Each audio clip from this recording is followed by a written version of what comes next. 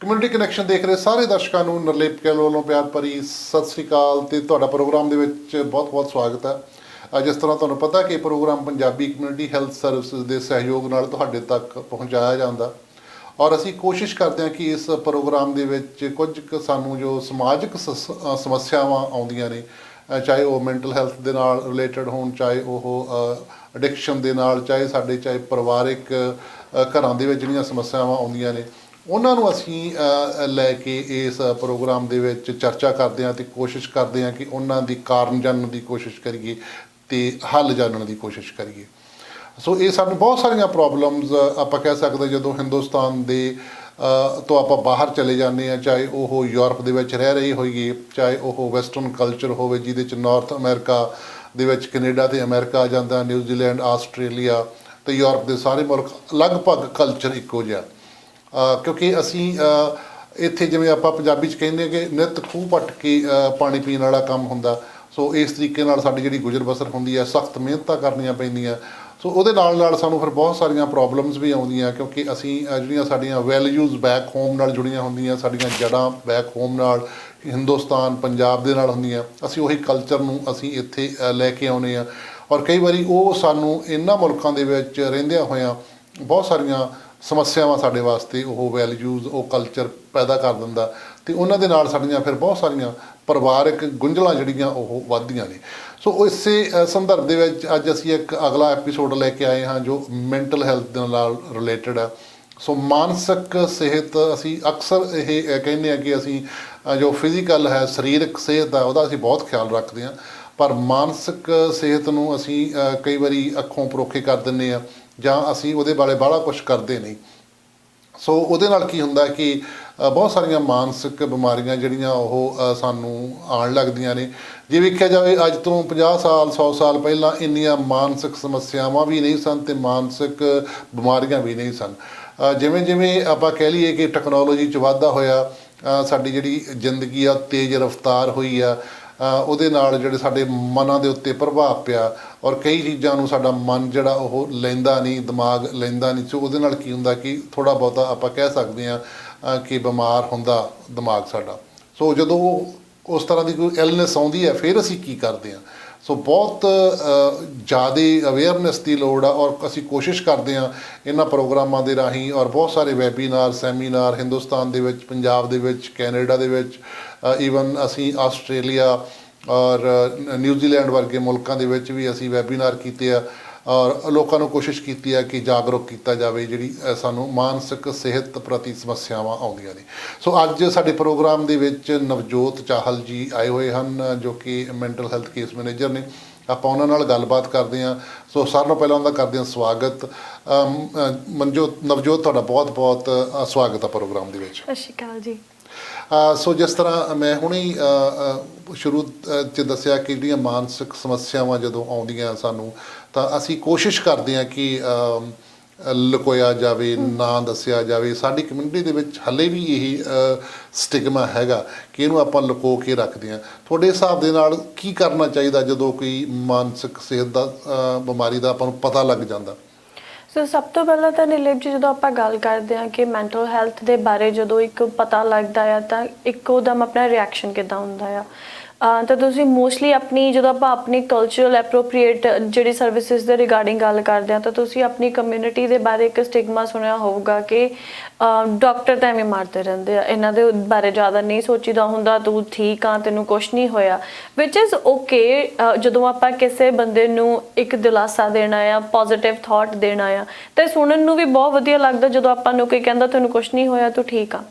ਪਰ ਜਦੋਂ ਆਪਾਂ ਨੂੰ ਲੱਗਦਾ ਹੈ ਕਿ ਇਹ ਚੀਜ਼ ਇੱਕ ਸੀਰੀਅਸਨੈਸ ਦੇ ਤੌਰ ਦੇ ਉੱਪਰ ਜਦੋਂ ਆਪਾਂ ਲੈ ਕੇ ਦੇਖਦੇ ਕਿ ਹੋਰ ਵੀ ਸੀਰੀਅਸ ਹੁੰਦੀ ਜਾ ਰਹੀ ਹੈ, ਇਹ ਅੱਗੇ ਦੀ ਅੱਗੇ ਵੱਧ ਰਹੀ ਆ, ਤਾਂ ਉੱਥੇ ਮੈਨੂੰ ਲੱਗਦਾ ਕਿ ਇਹ ਜਿਹੜੇ ਦਿਲਾਸੇ ਆਪਾਂ ਆਪਣੇ ਆਪ ਨੂੰ ਦਿੰਦੇ ਹਾਂ ਜਾਂ ਕੋਈ ਆਪਾਂ ਨੂੰ ਦਿੰਦਾ ਆ, ਉਹ ਇੱਕ ਲਿਮਿਟ ਤੱਕ ਹੀ ਵਧੀਆ ਲੱਗਦੇ ਨੇ।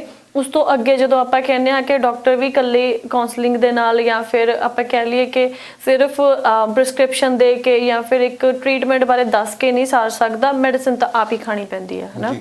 ਤੇ ਉਹੀ ਚੀਜ਼ ਅੱਗੇ ਆ ਕਿ ਜਦੋਂ ਆਪਾਂ ਨੂੰ ਇਹ ਪਤਾ ਲੱਗਦਾ ਕਿ ਆਪਣੇ ਮੈਂਟਲ ਹੈਲਥ ਕੰਸਰਨ ਹੈਗਾ ਆ ਕੋਈ, ਜਾਂ ਆਪਾਂ ਨੂੰ ਡਾਕਟਰ ਅਸੈਸਮੈਂਟ ਦੇ ਦਿੰਦਾ ਉਸ ਚੀਜ਼ ਦੀ ਕਿ ਹਾਂ ਇਹ ਇਸ਼ੂ ਪੈ ਸਕਦਾ, ਔਰ ਆਪਾਂ ਖੁਦ ਇਹ ਚੀਜ਼ ਨੂੰ ਦੇਖਦੇ ਆ, ਜਿੱਦਾਂ ਆਪਾਂ ਪਿਛਲੇ ਸੈਸ਼ਨਸ ਦੇ ਵਿੱਚ ਵੀ ਗੱਲ ਕੀਤੀ ਆ ਕਿ ਕੋਈ ਵੀ ਡਿਪਰੈਸ਼ਨ ਔਰ ਐਂਜ਼ਾਈਟੀ ਆ ਤਾਂ ਤੁਸੀਂ ਰਾਈਟ ਵੇ ਨਹੀਂ ਕਹਿ ਸਕਦੇ ਇੱਕ ਦਿਨ ਦੇ ਵਿੱਚ ਕਿ ਅੱਜ ਤੁਸੀਂ ਮੇਬੀ ਥੋੜਾ ਜਿਹਾ ਸੈਡ ਹੋਏ ਸੀ ਤਾਂ ਪੂਰਾ ਦਿਨ ਸੈਡ ਨਿਕਲ ਗਿਆ ਤਾਂ ਸ਼ਾਇਦ ਤੁਸੀਂ ਡਿਪਰੈਸ ਹੋ ਗਏ ਉਹ ਚੀਜ਼ ਨਾਲ, ਉਹਨੂੰ ਆਪਾਂ ਡਿਪਰੈਸ਼ਨ ਦੇ ਵਿੱਚ ਨਹੀਂ ਲੈ ਕੇ ਜਾ ਸਕਦੇ। ਪਰ ਜੇ ਤੁਸੀਂ 7 ਡੇਜ਼ ਕੰਟੀਨਿਊ ਇੱਕ ਚੀਜ਼ ਦਾ ਇਫੈਕਟ ਦੇਖਦੇ ਪਏ ਹੋ ਤਾਂ ਦੈਟ ਮੀਨਸ ਯੈਸ ਉਹ ਚੀਜ਼ ਤੁਹਾਨੂੰ ਇਫੈਕਟ ਕਰਦੀ ਪਈ ਆ। ਤਾਂ ਉਹਦੇ ਜਦੋਂ ਆਪਾਂ ਦੇਖਦੇ ਆ ਕਿ ਆਪਾਂ ਨੂੰ ਕੋਈ ਐਵਰੀਡੇ ਚੀਜ਼ ਇਫੈਕਟ ਕਰਦੀ ਪਈ ਆ ਤਾਂ ਇਹਦਾ ਕੋਈ ਨਾ ਕੋਈ ਨਤੀਜਾ ਤਾਂ ਹੋਊਗਾ, ਕੋਈ ਰੀਜ਼ਨ ਤਾਂ ਹੋਊਗਾ, ਰਾਈਟ। ਉਹ ਆਪਾਂ ਰੀਜ਼ਨ ਲੱਭਣੇ ਸਟਾਰਟ ਕਰਦੇ ਆ ਤਾਂ ਇੱਕ ਬੜੀ ਕਾਮਨ ਜੀ ਚੀਜ਼ ਆ ਕਿ ਆਪਾਂ ਗੂਗਲ ਸਰਚ ਕਰ ਲੈਂਦੇ ਆ। ਐਂਡ ਮੈਨੂੰ ਲੱਗਦਾ ਹੈ ਕਿ ਜੇ 100% ਲੋਕੀ ਗੂਗਲ ਸਰਚ ਨਹੀਂ ਕਰਦੇ ਹੋਣਗੇ ਤਾਂ ਘੱਟੋ ਘੱਟ 90% ਤਾਂ ਕਰਦੇ ਹੋਣਗੇ ਜੇ ਉਹਨਾਂ ਨੂੰ ਲੱਗਦਾ ਹੋਊਗਾ ਕਿ ਹਾਂ ਚੀਜ਼ ਮੇਰੇ ਨਾਲ ਅੱਜ ਹੋਈ ਆ ਤਾਂ ਕਿਉਂ ਹੋਈ ਆ। ਈਵਨ ਦੋ ਛੋਟੇ ਬੱਚੇ ਵੀ ਅੱਜ ਕੱਲ ਇੰਨੇ ਕੁ ਸਮਾਰਟ ਹੋ ਗਏ ਨੇ ਜੇ ਉਹਨਾਂ ਨੂੰ ਲੱਗਦਾ ਕਿ ਸਾਡਾ ਰੋਜ਼ ਢਿੱਡ ਦੁਖਦਾ ਪਿਆ ਤੇ ਮੰਮੀ ਡੈਡੀ ਸੁਣਦੇ ਨਹੀਂ ਪਏ, ਉਹ ਵੀ ਗੂਗਲ ਸਰਚ ਕਰਕੇ ਦੱਸ ਦੇਣਗੇ ਕਿ ਮੈਨੂੰ ਆਹ ਚੀਜ਼ ਦਾ ਇਸ਼ੂ ਹੋ ਸਕਦਾ, ਇਸ ਕਰਕੇ ਸ਼ਾਇਦ ਮੇਰਾ ਰੋਜ਼ ਤੇ ਪੇਟ ਦਰਦ ਹੁੰਦਾ ਪਿਆ ਆ। ਤਾਂ ਮੇਰੇ ਅਕੋਰਡਿੰਗ ਉਹ ਚੀਜ਼ ਨੂੰ ਅਸੈਪਟ ਕਰਨਾ ਬਹੁਤ ਜ਼ਰੂਰੀ ਹੁੰਦਾ ਤੇ ਅੱਜ ਦਾ ਇਹ ਸ਼ੋਅ ਵੀ ਆਪਾਂ ਅਸੈਪਟੈਂਸ ਦੇ ਉੱਪਰ ਕਰ ਰਹੇ ਆ ਕਿ ਅਸੈਪਟੈਂਸ ਕਿੰਨੀ ਜ਼ਿਆਦਾ ਜ਼ਰੂਰੀ ਆ। ਸਟਿਗਮਾ ਹੁੰਦਾ ਆ, ਦੇਖੋ ਹਰ ਚੀਜ਼ ਦੇ ਵਿੱਚ, ਹਰ ਕਲਚਰ ਦੇ ਵਿੱਚ, ਹਰ ਸਿਟੀ ਦੇ ਵਿੱਚ, ਕੰਟਰੀ ਦੇ ਵਿੱਚ ਹਰ ਕਿਸੇ ਤਰ੍ਹਾਂ ਦਾ ਸਟਿਗਮਾ ਹੁੰਦਾ ਆ, ਰਾਈਟ। ਪਹਿਲਾਂ ਜਿੱਦਾਂ ਦੇਖੋ ਰੇਸਿਜ਼ਮ ਦੇ ਉੱਪਰ ਕਿੰਨਾ ਸਟਿਗਮਾ ਸਟਾਰਟ ਹੋਇਆ ਸੀ, ਲੋਕੀ ਬਾਹਰ ਨਹੀਂ ਸੀ ਨਿਕਲਦੇ ਹੁੰਦੇ, ਰਾਈਟ। ਉੱਦਾਂ ਹੀ ਮੈਂਟਲ ਹੈਲਥ ਦੇ ਦੌਰ ਦੇ ਉੱਪਰ ਵੀ ਜੇ ਆਪਾਂ ਦੇਖੀਏ ਕਿ ਇਹ ਵੀ ਹਜੇ ਤੱਕ ਇੱਕ ਸਟਿਗਮਾ ਬਣ ਰੱਖਿਆ ਆ। ਈਵਨ ਦੋ ਲੋਕਾਂ ਨੂੰ ਜੇ ਪਤਾ ਵੀ ਹੋਵੇ ਕਿ ਸਾਨੂੰ ਇਹ ਚੀਜ਼ ਹੈਗੀ, ਉਹ ਕਿਸੇ ਨੂੰ ਦੱਸਣ ਲੱਗੇ ਸ਼ਰਮ ਕਰਦੇ ਨੇ। ਤਾਂ ਮੇਰੇ ਅਕੋਰਡਿੰਗ ਜਦੋਂ ਤੁਸੀਂ ਆਪਣੇ ਆਪ ਨੂੰ ਅਸੈਪਟ ਨਹੀਂ ਕਰਦੇ ਪਏ ਤਾਂ ਕੋਈ ਤੁਹਾਡੀ ਹੈਲਪ ਨਹੀਂ ਕਰ ਸਕਦਾ ਉੱਥੇ। ਤਾਂ ਉੱਥੇ ਹੀ ਅਸੈਪਟੈਂਸ ਦਾ ਰੋਲ ਜਿਹੜਾ ਆ ਉਹ ਇੰਨਾ ਕੁ ਇੰਪੋਰਟੈਂਟ ਹੋ ਜਾਂਦਾ ਕਿ ਜਦੋਂ ਤੁਸੀਂ ਆਪਣੇ ਆਪ ਨੂੰ ਅਸੈਪਟ ਕਰ ਲਓਗੇ ਤਾਂ ਅੱਗੇ ਦੇ ਅੱਗੇ ਤੁਹਾਨੂੰ ਉਸ ਚੀਜ਼ ਨੂੰ ਹੱਲ ਕਰਨ ਦੇ 100 ਰੀਜ਼ਨ ਮਿਲ ਜਾਂਦੇ ਨੇ ਕਿ ਮੈਂ ਆਪਣੇ ਆਪ ਨੂੰ ਠੀਕ ਕਿਉਂ ਕਰਨਾ ਹੈ। ਜੀ, ਸੋ ਇੱਕ ਤੁਸੀਂ ਹੁਣੇ ਜਿਹੜੀ ਗੱਲ ਕੀਤੀ ਹੈਗੀ ਕਿ ਜਿਹੜੀ ਐਕਸੈਪਟੈਂਸ ਆ ਉਹਦੇ ਬਾਰੇ ਆਪਾਂ ਅੱਜ ਗੱਲਬਾਤ ਕਰਾਂਗੇ। ਔਰ ਜਦੋਂ ਡਾਕਟਰ ਅਸੈਸਮੈਂਟ ਕਰਕੇ ਕੋਈ ਬਿਮਾਰੀ ਡਾਇਗਨੋਸ ਕਰ ਦਿੰਦਾ, ਹਾਂਜੀ, ਆਪਾਂ ਕਹਿ ਸਕਦੇ ਹਾਂ ਕਿ ਕਈ ਵਾਰੀ ਜਿਹੜੇ ਪੇਸ਼ੈਂਟ ਆ ਉਹ ਕਹਿੰਦੇ ਸਾਨੂੰ ਲੇਬਲ ਕੀਤਾ ਗਿਆ ਵੀ ਸਾਨੂੰ ਇਹ ਲੇਬਲਿੰਗ ਆਪਾਂ ਕਹਿ ਸਕਦੇ ਹਾਂ। ਔਰ ਇਹ ਇੱਕ ਬਹੁਤ ਵੱਡਾ ਆਪਾਂ ਰਿਸਪੌਂਸਿਬਿਲਿਟੀ ਹੁੰਦੀ ਹੈ ਡਾਕਟਰ ਦੀ ਵੀ ਜੇ ਕੋਈ ਬੰਦਾ ਸਿੱਕ ਆ ਤਾਂ ਉਹਨੂੰ ਜਦੋਂ ਆਪਾਂ ਉਹਨੂੰ ਬਿਮਾਰੀ ਦਾ ਨਾਂ ਦਿੰਦੇ ਵੀ ਤੈਨੂੰ ਆਹ ਬਿਮਾਰੀ ਹੈ। ਹੁਣ ਕਈ ਵਾਰੀ ਪੇਸ਼ੈਂਟ ਐਕਸੈਪਟ ਕਰਦਾ, ਕਈ ਵਾਰੀ ਨਹੀਂ ਵੀ ਕਰਦਾ। ਜੇ ਐਕਸੈਪਟ ਕਰ ਲੇ, ਜਦੋਂ ਨਹੀਂ ਕਰਦਾ ਉਹਦੀ ਤਾਂ ਆਪਾਂ ਬਾਅਦ 'ਚ ਗੱਲ ਕਰਾਂਗੇ, ਪਰ ਜਦੋਂ ਐਕਸੈਪਟ ਕਰ ਲੈਂਦਾ ਤਾਂ ਕੀ ਇਫੈਕਟ ਪੈਂਦੇ ਆ ਉਸ ਪੇਸ਼ੈਂਟ ਦੇ ਉੱਤੇ, ਜਾਂ ਕੀ ਉਹਦਾ ਜਿਹੜਾ ਥਾਟ ਪ੍ਰੋਸੈਸ ਕਿਸ ਤਰ੍ਹਾਂ ਕੰਮ ਕਰਦਾ, ਵੀ ਕਿੰਨਾ ਕੁ ਉਹਨੂੰ ਉਹ ਚੀਜ਼ ਤੰਗ ਪਰੇਸ਼ਾਨ ਕਰਦੀ ਹੈ, ਮੈਨੂੰ ਕਿਉਂ ਹੋ ਗਈ ਇਹ ਬਿਮਾਰੀ, ਜਾਂ ਮੈਨੂੰ ਕੀ ਕਰਨਾ ਚਾਹੀਦਾ। ਸੋ ਉਹ ਕੀ ਥਾਟ ਪ੍ਰੋਸੈਸ ਕੀ ਚੱਲਦਾ ਹੁੰਦਾ ਉਸ ਵੇਲੇ ਪੇਸ਼ੈਂਟ ਦਾ। ਸੋ ਇਸ ਦੇ ਉੱਪਰ ਨਾ ਮੈਂ ਇੱਕ ਆਪਣੀ ਓਬਵੀਅਸਲੀ ਰੈਫਰੈਂਸ ਦੇਣੀ ਜ਼ਰੂਰ ਇਸ ਚੀਜ਼ ਲਈ ਇੰਪੋਰਟੈਂਟ ਸਮਝੂਗੀ ਕਿ ਜਿਹੜੇ ਆਪਣੇ PCHS ਦੇ CEO ਨੇ ਉਹ ਹਰ ਵਾਰੀ ਇਸ ਚੀਜ਼ ਨੂੰ ਇੱਕ ਤਰ੍ਹਾਂ ਤੋਂ ਕਹਿ ਸਕਦੇ ਹਾਂ ਕਿ ਅੱਗੇ ਲੈ ਕੇ ਜਾਂਦੇ ਆ ਕਿ ਜਿਹੜਾ ਲੇਬਲਿੰਗ ਆ ਉਹ ਬਹੁਤ ਵੱਡਾ ਸਟਿਗਮਾ ਬਣ ਰੱਖਿਆ ਆਪਣੀ ਇੱਥੇ ਕੰਟਰੀ ਦੇ ਵਿੱਚ, ਈਵਨ ਦੋ ਕਲਚਰ ਦੇ ਵਿੱਚ ਆਪਾਂ ਉਸ ਚੀਜ਼ ਨੂੰ ਕਹਿ ਸਕਦੇ ਹਾਂ ਕਿ ਜਦੋਂ ਤੁਸੀਂ ਕਿਸੇ ਬੰਦੇ ਨੂੰ ਲੇਬਲ ਕਰ ਦਿੰਦੇ ਹੋ ਕਿ ਤੈਨੂੰ ਆਹ ਚੀਜ਼ ਦਾ ਇਸ਼ੂ ਆ, ਚੀਜ਼ ਦੀ ਬਿਮਾਰੀ ਆ, ਉਹ ਇੱਕ ਹਿਊਮਨ ਨੇਚਰ ਆ ਕਿ ਉਸ ਚੀਜ਼ ਬਾਰੇ ਸੋਚੂਗਾ।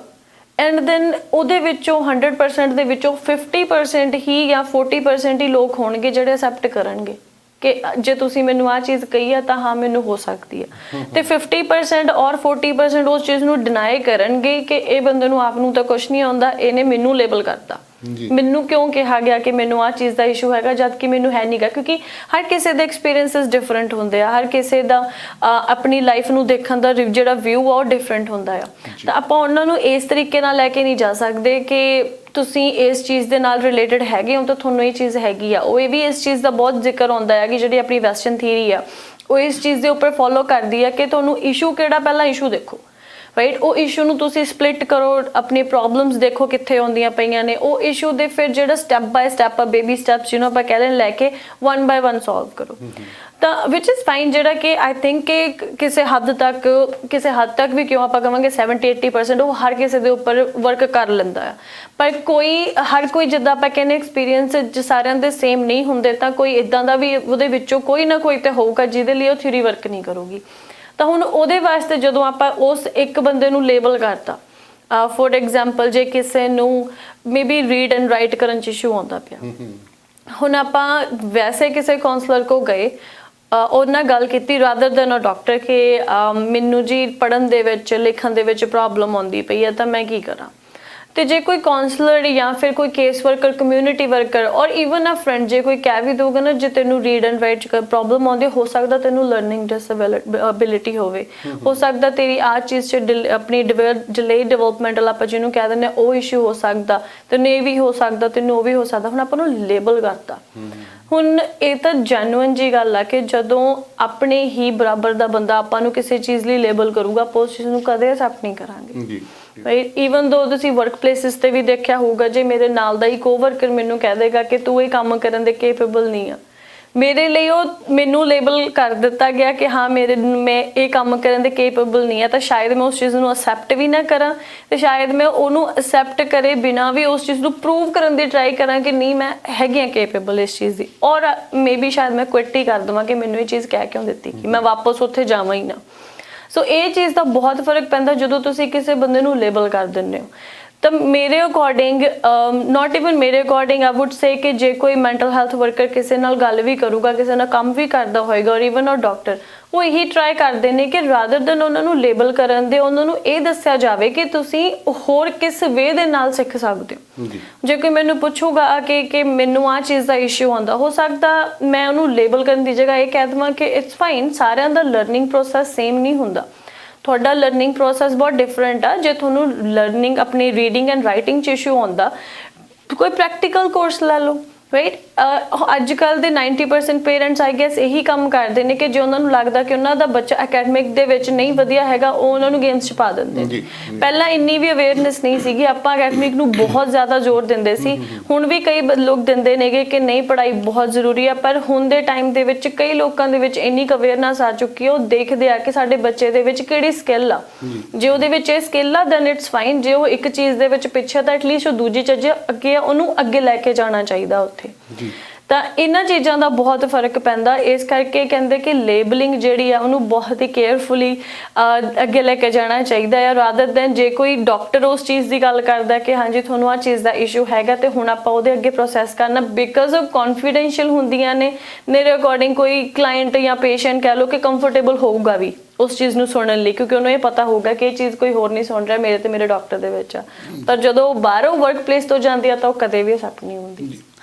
ਕੁਝ ਜਿਹੜੇ ਆਪਾਂ ਕਹਿ ਲਈਏ ਕਿ ਜਿਵੇਂ ਮੈਂ ਸ਼ੁਰੂਆਤੀ ਪ੍ਰੋਗਰਾਮ 'ਚ ਦੱਸਿਆ ਸੀਗਾ ਕਿ ਜਿਹੜੇ ਮਾਡਰਨ ਜ਼ਮਾਨਾ ਕਹਿ ਲਈਏ ਜਾਂ ਟੈਕਨੋਲੋਜੀ ਦਾ ਜ਼ਮਾਨਾ, ਸੋ ਉਹਦੇ ਨਾਲ ਵੀ ਜਿਹੜਾ ਦਿਮਾਗ ਦੇ ਉੱਤੇ ਬਹੁਤ ਸਾਰਾ ਅਸਰ ਪੈ ਰਿਹਾ।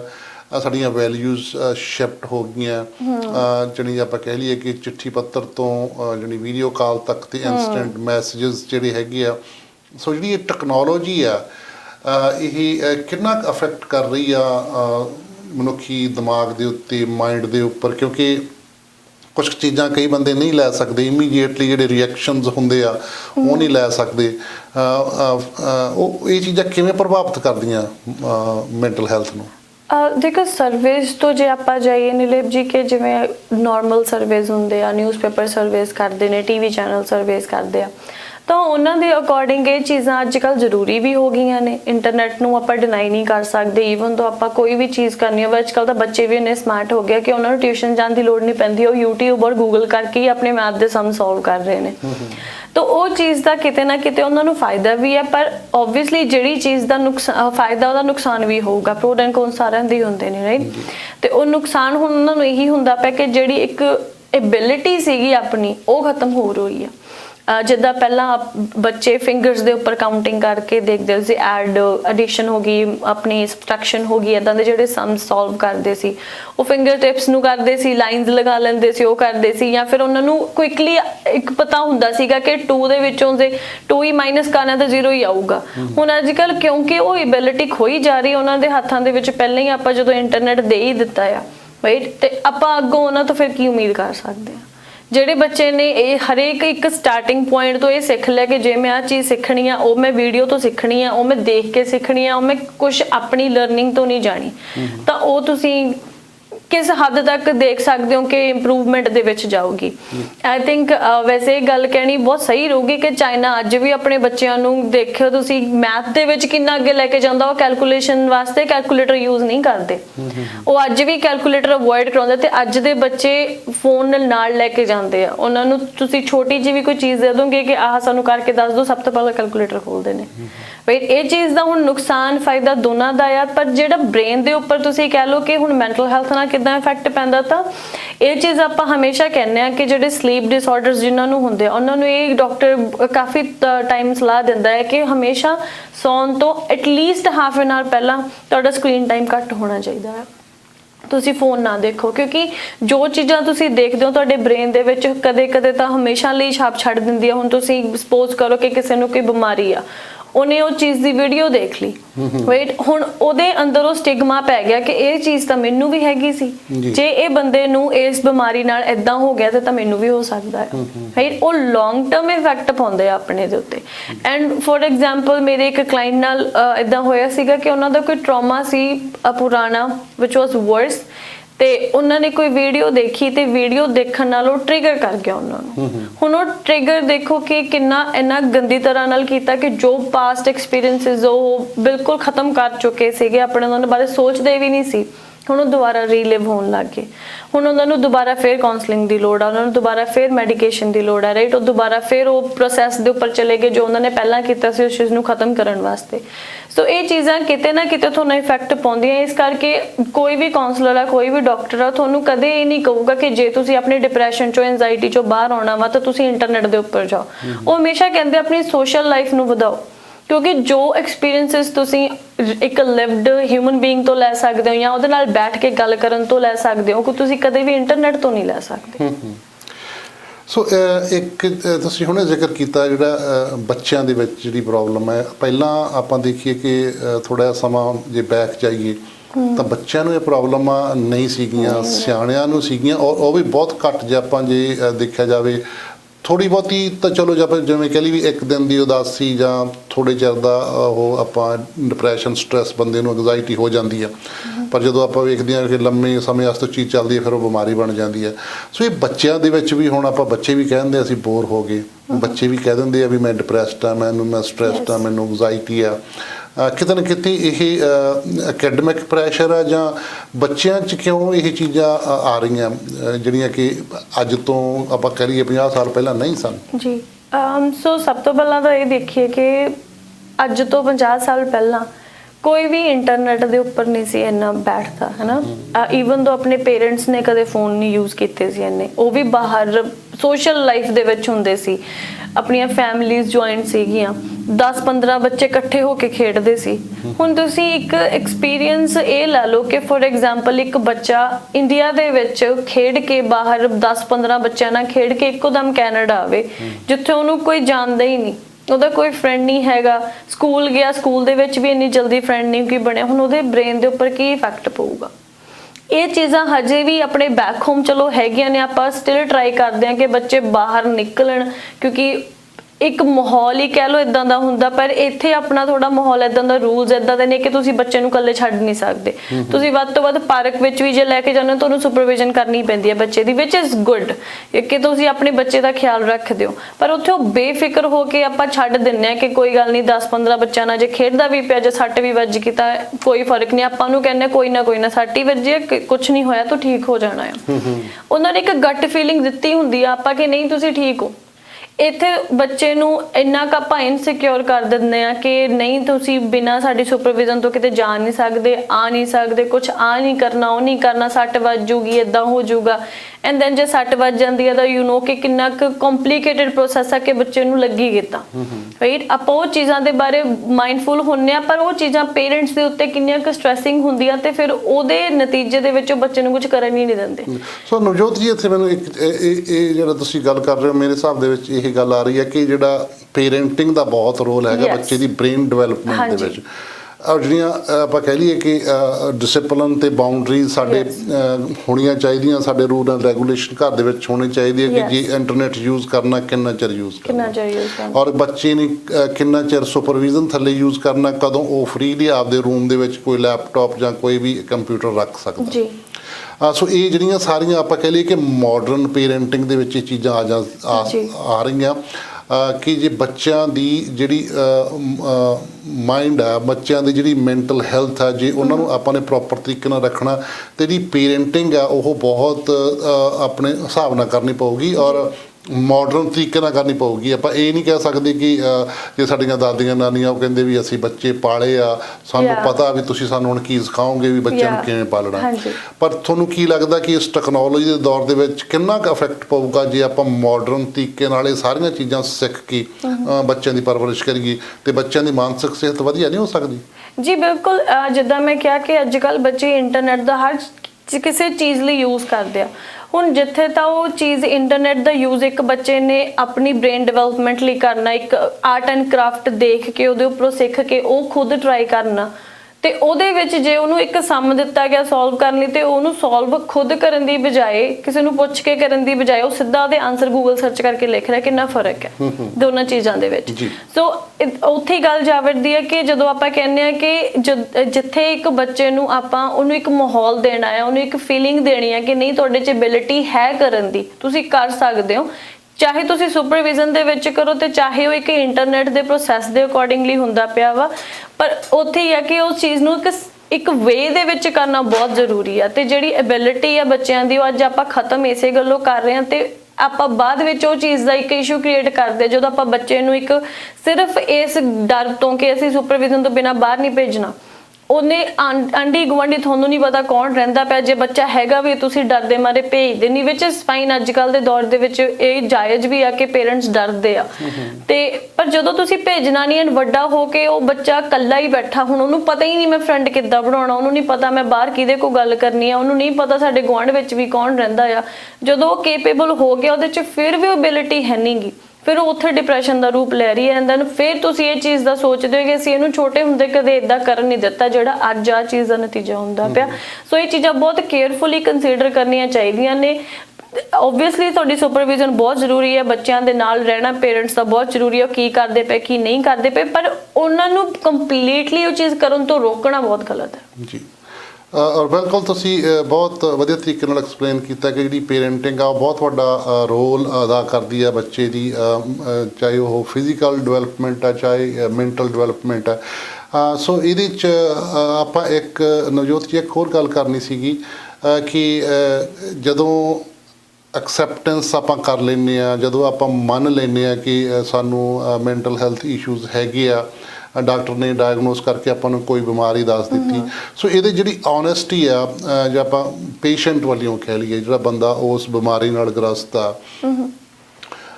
ਪੇਸ਼ੈਂਟ ਦੀ ਓਨੈਸਟੀ ਕਿੰਨੀ ਕਾਊਂਟ ਕਰਦੀ ਹੈ? ਕਿਉਂਕਿ ਕਈ ਵਾਰੀ ਆਪਾਂ ਦੇਖਿਆ ਕਿ ਕਿਉਂਕਿ ਇਹ ਦਿਮਾਗ ਦੀ ਬਿਮਾਰੀ ਆ ਔਰ ਮਾਈਂਡ ਹੀ ਤੁਹਾਡੇ ਨਾਲ ਕਈ ਵਾਰੀ ਗੇਮਸ ਪਲੇ ਕਰਦਾ ਵੀ ਤੂੰ ਮੈਡੀਸਨ ਨੂੰ ਰਹਿਣ ਦੇ, ਤੂੰ ਆ ਐਕਸਰਸਾਈਜ਼ ਰਹਿਣ ਦੇ।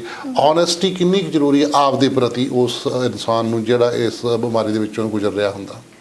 ਸੋ ਇਹਦੇ ਵਿੱਚ ਨਿਰਲੇਪ ਜੀ ਓਨੈਸਟੀ ਡੈਫੀਨੇਟਲੀ ਹਰੇਕ ਚੀਜ਼ ਵਾਸਤੇ ਆਪਾਂ ਕਹਿੰਦੇ ਹਾਂ ਕਿ ਬਹੁਤ ਜ਼ਰੂਰੀ ਹੈ ਨਾ। ਇੱਕ ਓਨੈਸਟ ਬੰਦੇ ਵਾਸਤੇ ਆਪਣੀ ਜਿਹੜੀ ਰਿਸਪੈਕਟ ਆ ਹੋਰ ਵੀ ਵੱਧ ਜਾਂਦੀ ਹੈ ਐਂਡ ਆਪਾਂ ਨੂੰ ਪਤਾ ਹੁੰਦਾ ਆ।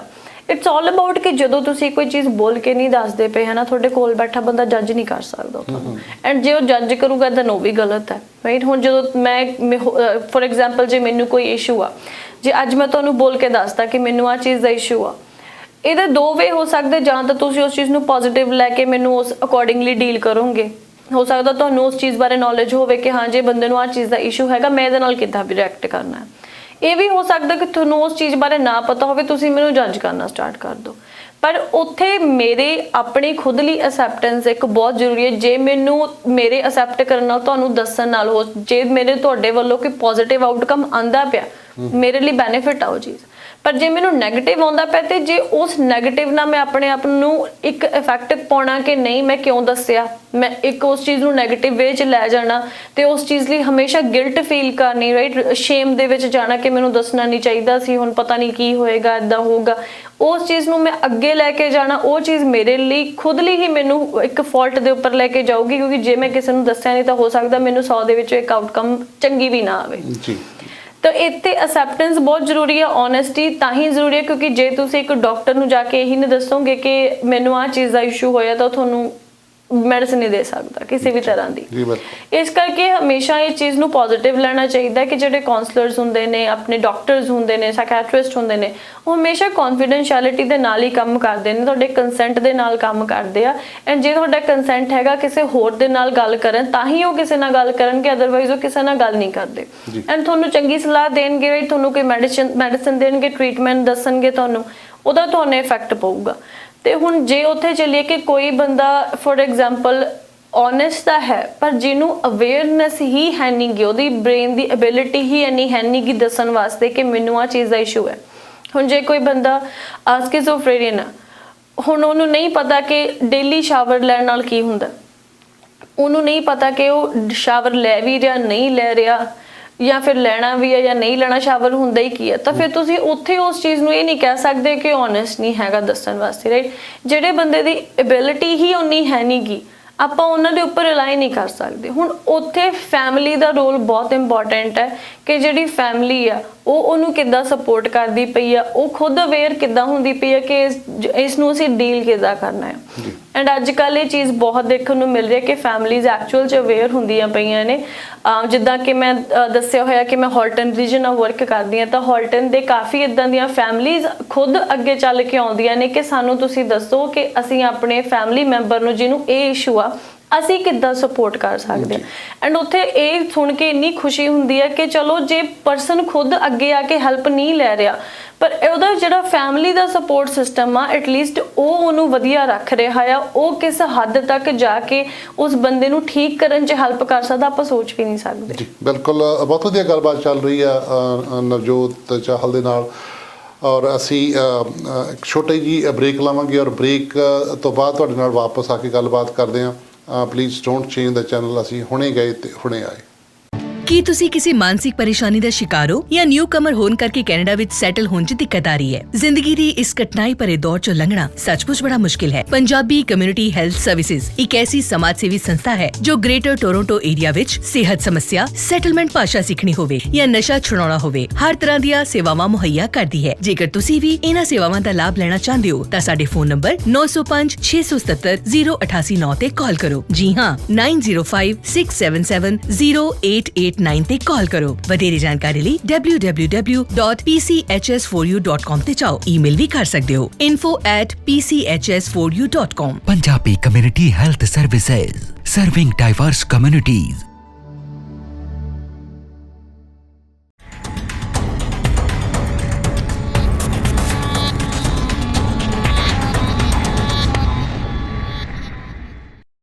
ਕਮਿਊਨਿਟੀ ਕਨੈਕਸ਼ਨ ਦੇਖ ਰਹੇ ਸਾਰੇ ਦਰਸ਼ਕਾਂ ਨੂੰ ਇੱਕ ਵਾਰੀ ਫੇਰ ਜੀ ਆਇਆਂ ਤੇ ਤੁਹਾਡਾ ਪ੍ਰੋਗਰਾਮ ਦੇ ਦੂਸਰੇ ਹਿੱਸੇ ਦੇ ਵਿੱਚ ਬਹੁਤ-ਬਹੁਤ ਸਵਾਗਤ ਆ। ਮੇਰੇ ਨਾਲ ਨਵਜੋਤ ਚਾਹਲ ਜੀ ਨੇ ਪ੍ਰੋਗਰਾਮ ਦੇ ਵਿੱਚ। ਅੱਜ ਅਸੀਂ ਗੱਲਬਾਤ ਕਰ ਰਹੇ ਹਾਂ ਮੈਂਟਲ ਹੈਲਥ ਦੇ ਉੱਪਰ, ਕਿਹੜੀਆਂ ਪ੍ਰੋਬਲਮਸ ਆਉਂਦੀਆਂ ਜਦੋਂ ਮੈਂਟਲ ਇਲਨੈਸ ਆਉਂਦੀ ਹੈ। ਸੋ ਬਹੁਤ ਵਧੀਆ ਤਰੀਕੇ ਦੇ ਨਾਲ ਨਵਜੋਤ ਜੀ ਨੇ ਤੁਹਾਨੂੰ ਐਕਸਪਲੇਨ ਕੀਤਾ। ਔਰ ਹੁਣ ਅਸੀਂ ਗੱਲਬਾਤ ਕਰਾਂਗੇ ਕਿ ਜਦੋਂ ਆਪਾਂ ਐਕਸੈਪਟ ਕਰ ਲੈਂਦੇ ਹਾਂ ਕਿ ਮੈਂ ਬਿਮਾਰ ਹਾਂ, ਮੈਂ ਡਾਕਟਰ ਤੋਂ ਆਪਾਂ ਜਾ ਕੇ ਦਵਾਈ ਲੈਂਦੇ ਹਾਂ, ਆਪਾਂ ਜਾ ਕੇ ਮੈਡੀਸਨ ਸਟੋਰ ਤੋਂ ਮੈਡੀਸਨ ਲੈਂਦੇ ਹਾਂ ਔਰ ਨਾਲ ਦੀ ਨਾਲ ਅਸੀਂ ਕਾਉਂਸਲਿੰਗ ਵੀ ਲੈਂਦੇ ਹਾਂ। ਉਹਦੇ ਨਾਲ ਬਹੁਤ ਸਾਰਾ ਫਰਕ ਪੈਂਦਾ, ਸਾਡੀ ਜਿਹੜੀ ਮਾਨਸਿਕ ਸਿਹਤ ਆ ਉਹ ਠੀਕ ਹੋਣੀ ਸਟਾਰਟ ਹੋ ਜਾਂਦੀ ਹੈ। ਸੋ ਇਹ ਤਾਂ ਇੱਕ ਬਹੁਤ ਵਧੀਆ ਤਰੀਕਾ ਕਿ ਜਦੋਂ ਅਸੀਂ ਐਕਸੈਪਟ ਕਰ ਲਿਆ ਅਤੇ ਅਸੀਂ ਡਾਕਟਰ ਕੋਲੇ ਲਈ ਦਵਾਈ ਲਈ ਔਰ ਨਾਲ ਦੀ ਨਾਲ ਅਸੀਂ ਕਾਉਂਸਲਿੰਗ ਲਈ ਅਤੇ ਮੈਂ ਆਪਦੇ ਐਫਰਟਸ ਪਾ ਰਿਹਾ ਉਹਨੂੰ ਠੀਕ ਕਰਨ ਵਾਸਤੇ ਅਤੇ ਮੈਂ ਠੀਕ ਹੋ ਰਿਹਾ।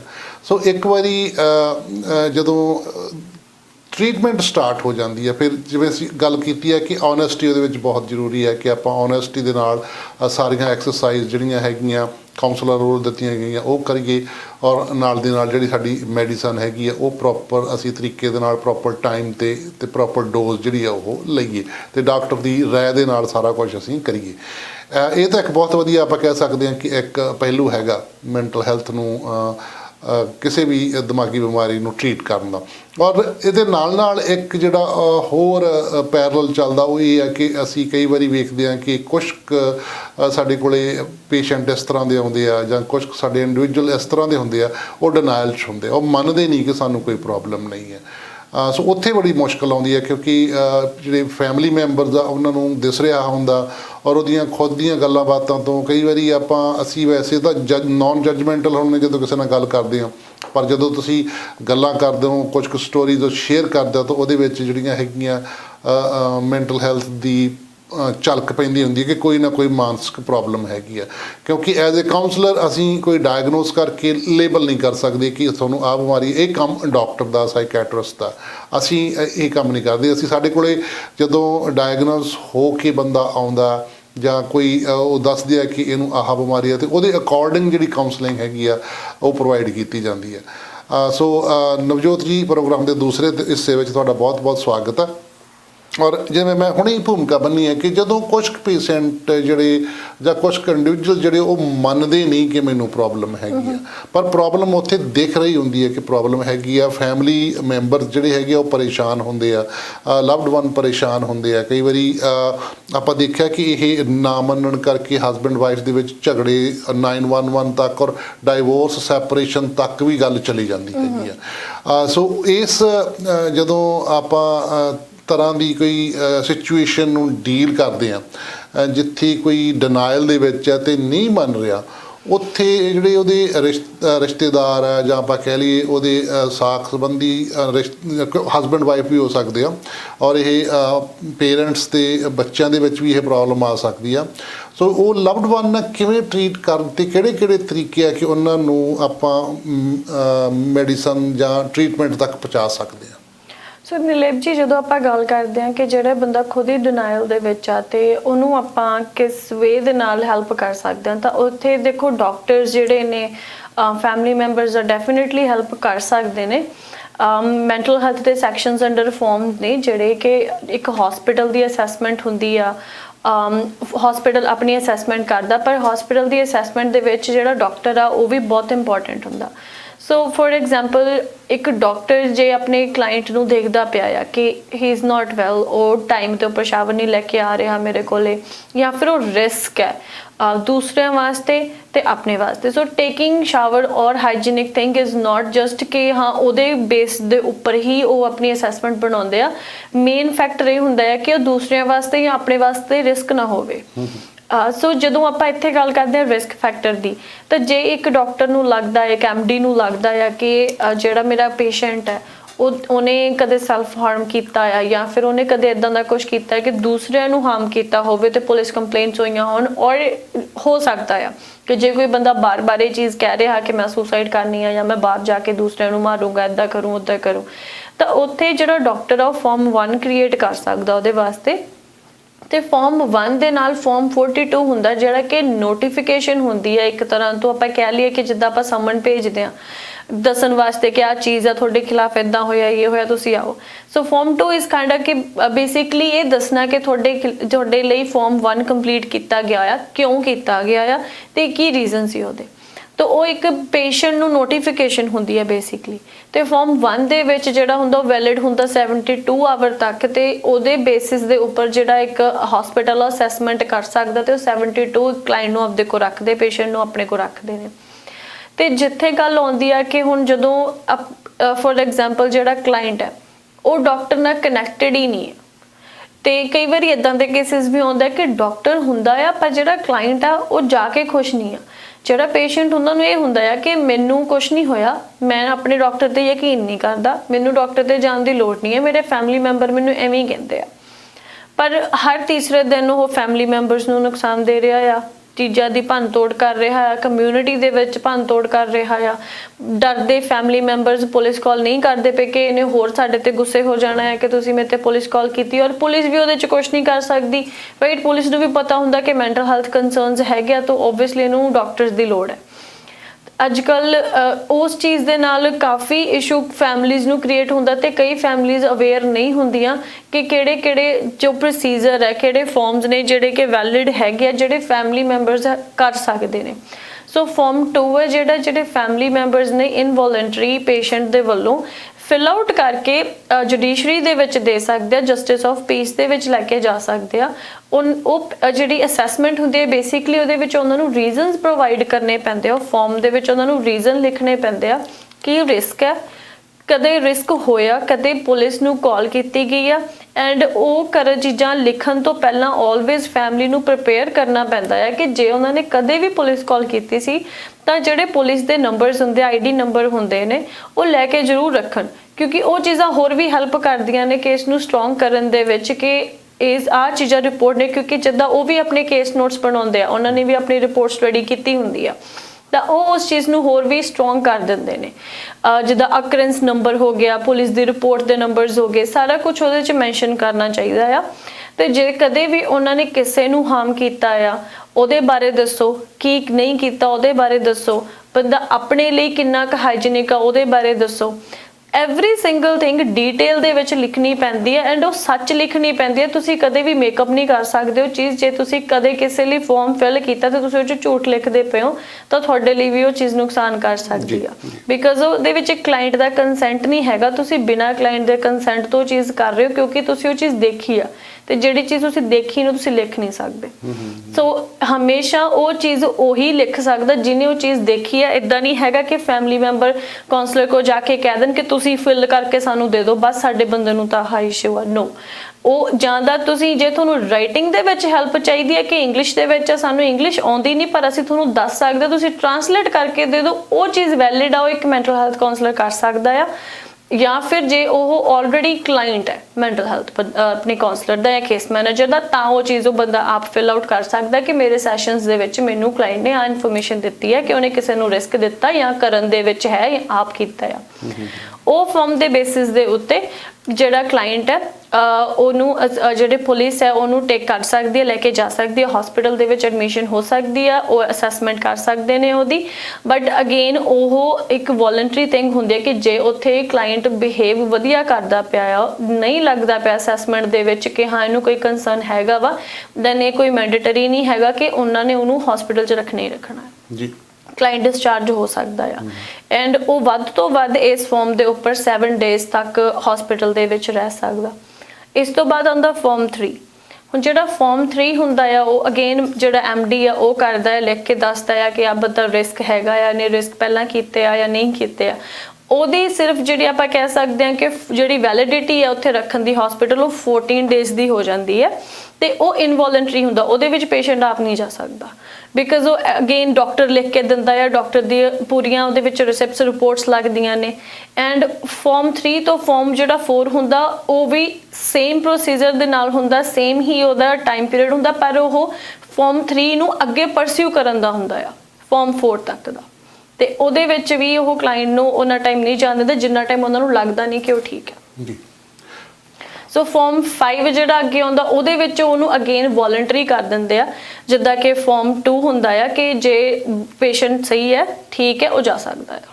ਸੋ ਇਹ ਜਿਹੜੇ ਫਾਰਮਸ ਨੇ ਇਹ ਡਿਫਰੈਂਟ ਫਾਰਮਸ ਨੇ ਅੰਡਰ ਸੈਕਸ਼ਨ 16 ਦੇ ਆਪਣੇ ਮੈਂਟਲ ਹੈਲਥ ਦੇ ਅੰਡਰ। ਜਿਹੜਾ ਫਾਰਮ 2 ਹੈ ਉਹ ਜਿਹੜੇ ਫੈਮਿਲੀ ਮੈਂਬਰਸ ਨੇ ਉਹ ਅਪਲਾਈ ਕਰ ਸਕਦੇ ਨੇ ਆਪਣੇ ਉਹਦੇ ਤੇ ਕਿ ਜੇ ਉਹਨਾਂ ਨੂੰ ਲੱਗਦਾ ਕਿ ਸਾਡੇ ਜਿਹੜਾ ਫੈਮਿਲੀ ਮੈਂਬਰ ਉਹ ਇਸ ਚੀਜ਼ ਤੋਂ ਨਿਕਲ ਰਿਹਾ ਆ ਤੇ ਉਹਨੂੰ ਲੋੜ ਹੈਗੀ ਆ ਸਾਈਕੈਟ੍ਰਿਸਟ ਦੀ, ਪਰ ਉਹ ਡਾਕਟਰ ਕੋਲੇ ਨਹੀਂ ਜਾ ਰਿਹਾ, ਡਾਕਟਰ ਫਾਰਮ ਨਹੀਂ ਕ੍ਰੀਏਟ ਕਰ ਸਕਦਾ, ਤਾਂ ਉਹ ਜਸਟਿਸ ਆਫ ਪੀਸ ਦੇ ਜਾ ਕੇ ਆਪਣਾ ਜਿਹੜਾ ਫਾਰਮ ਆ ਉਹ ਫਿਲ ਆਊਟ ਕਰਕੇ ਉਹਨਾਂ ਨੂੰ ਦੇ ਸਕਦੇ ਨੇ ਜੀ। ਸੋ ਜਿਸ ਤਰ੍ਹਾਂ ਨਵਜੋਤ ਜੀ ਨੇ ਦੱਸਿਆ ਕਿ ਜਿਹੜਾ ਸਿਸਟਮ ਹੈ ਹੈਲਥ ਦਾ ਸਿਸਟਮ ਹੈਗਾ, ਖਾਸ ਕਰਕੇ ਜਦੋਂ ਮੈਂਟਲ ਹੈਲਥ ਆਪਾਂ ਕਹਿ ਸਕਦੇ ਹਾਂ ਕਿ ਉਹ ਥੋੜ੍ਹਾ ਜਿਹਾ ਕੰਪਲੀਕੇਟਡ ਆ। ਸਾਡੇ ਦਰਸ਼ਕਾਂ ਨੂੰ ਅਸੀਂ ਦੱਸਣਾ ਚਾਹਾਂਗੇ ਕੰਪਲੀਕੇਟਡ ਵੀ ਹੈ ਔਰ ਅਸੀਂ ਇਹ ਵੀ ਕਹਿ ਸਕਦੇ ਹਾਂ ਕਿ ਥੋੜ੍ਹਾ ਪੁਰਾਣਾ ਵੀ ਹੈਗਾ ਔਰ ਇਹ ਚੇਂਜ ਇਹਦੇ 'ਚ ਬਹੁਤ ਸਾਰੀਆਂ ਚੇਂਜਸ ਕਰਨ ਵਾਲੀਆਂ ਔਰ ਉਹਦੇ 'ਚ ਉਹ ਚੇਂਜਸ ਪਤਾ ਨਹੀਂ ਕਦੋਂ ਹੋਣਗੀਆਂ।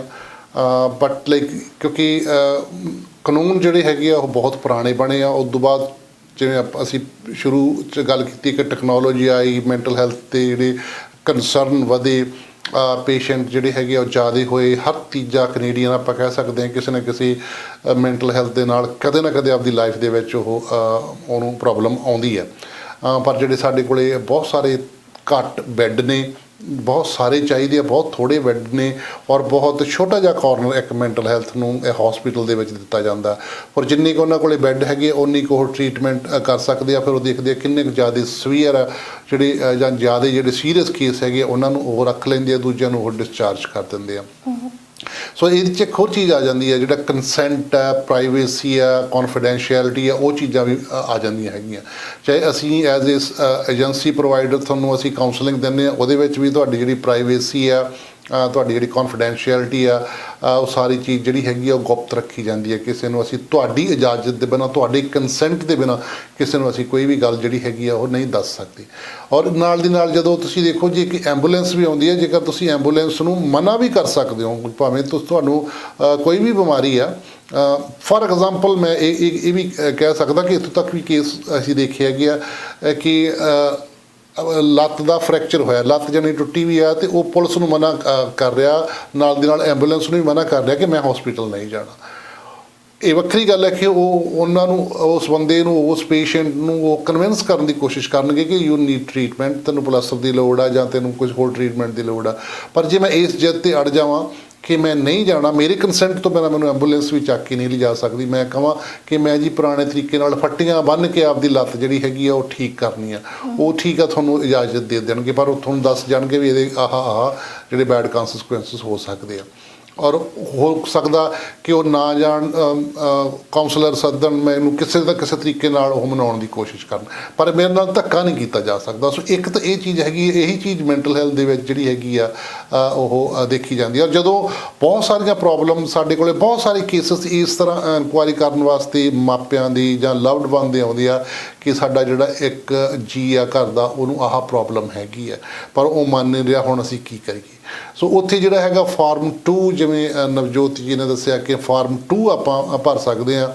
ਉਹਦੇ ਵਿੱਚ ਇਹੀ ਚੀਜ਼ ਹੁੰਦੀ ਹੈ ਕਿ ਆਪਾਂ ਨੇ ਇਹ ਕੰਸਰਨ ਹੁੰਦਾ ਕਿ ਉਹ ਆਪਣੇ ਆਪ ਨੂੰ ਬੰਦਾ ਹਾਰਮ ਕਰ ਸਕਦਾ, ਤਾਂ ਦੂਜਿਆਂ ਲਈ ਉਹ ਡੇਂਜਰਸ ਹੈਗਾ, ਪਬਲਿਕ ਲਈ ਵੀ ਡੇਂਜਰਸ ਹੋ ਸਕਦਾ ਬੰਦਾ। ਤਾਂ ਕਿਤੇ ਜਾ ਕੇ ਉਹ ਫਿਰ ਸਾਡੇ ਜਿਹੜੇ ਸਾਰੇ ਇੱਕ ਫਾਰਮ ਭਰਿਆ ਜਾਂਦਾ ਪੂਰਾ, ਉਹਦੇ ਵਿੱਚ ਜਿਵੇਂ ਨਵਜੋਤ ਜੀ ਨੇ ਕਿਹਾ ਕਿ ਬਿਲਕੁਲ ਸਹੀ ਔਰ ਸਪਸ਼ਟ ਗੱਲ ਆਪਾਂ ਨੇ ਲਿਖਣੀ ਹੁੰਦੀ ਹੈ ਕਿ ਆਹ ਕੰਸਰਨ ਹੈਗੇ, ਕਿਉਂਕਿ ਉਹ ਕਿਸੇ ਦੇ ਬਿਹਾਫ 'ਤੇ ਤੁਸੀਂ ਆਪਣੇ ਜਿਹੜੇ ਹੈਗੇ ਆ ਵੱਲੋਂ ਉਹ ਫਾਰਮ ਦੇ ਰਹੇ ਆ। ਔਰ ਉਹ ਫਾਰਮ ਜਿਹੜਾ ਹੈਗਾ ਪੂਰਾ 'ਚ ਕੁਐਸਚਨ ਆਨਸਰ ਹੁੰਦੇ ਆ, ਉਹ 10-12 ਪੇਜ ਦਾ ਫਾਰਮ ਆ, ਉਹ ਭਰ ਕੇ ਤੁਸੀਂ ਫਿਰ ਜਸਟਿਸ ਆਫ ਪੀਸ 'ਤੇ ਲੈ ਕੇ ਜਾਂਦੇ ਹੋ ਕੋਰਟ ਦੇ ਵਿੱਚ।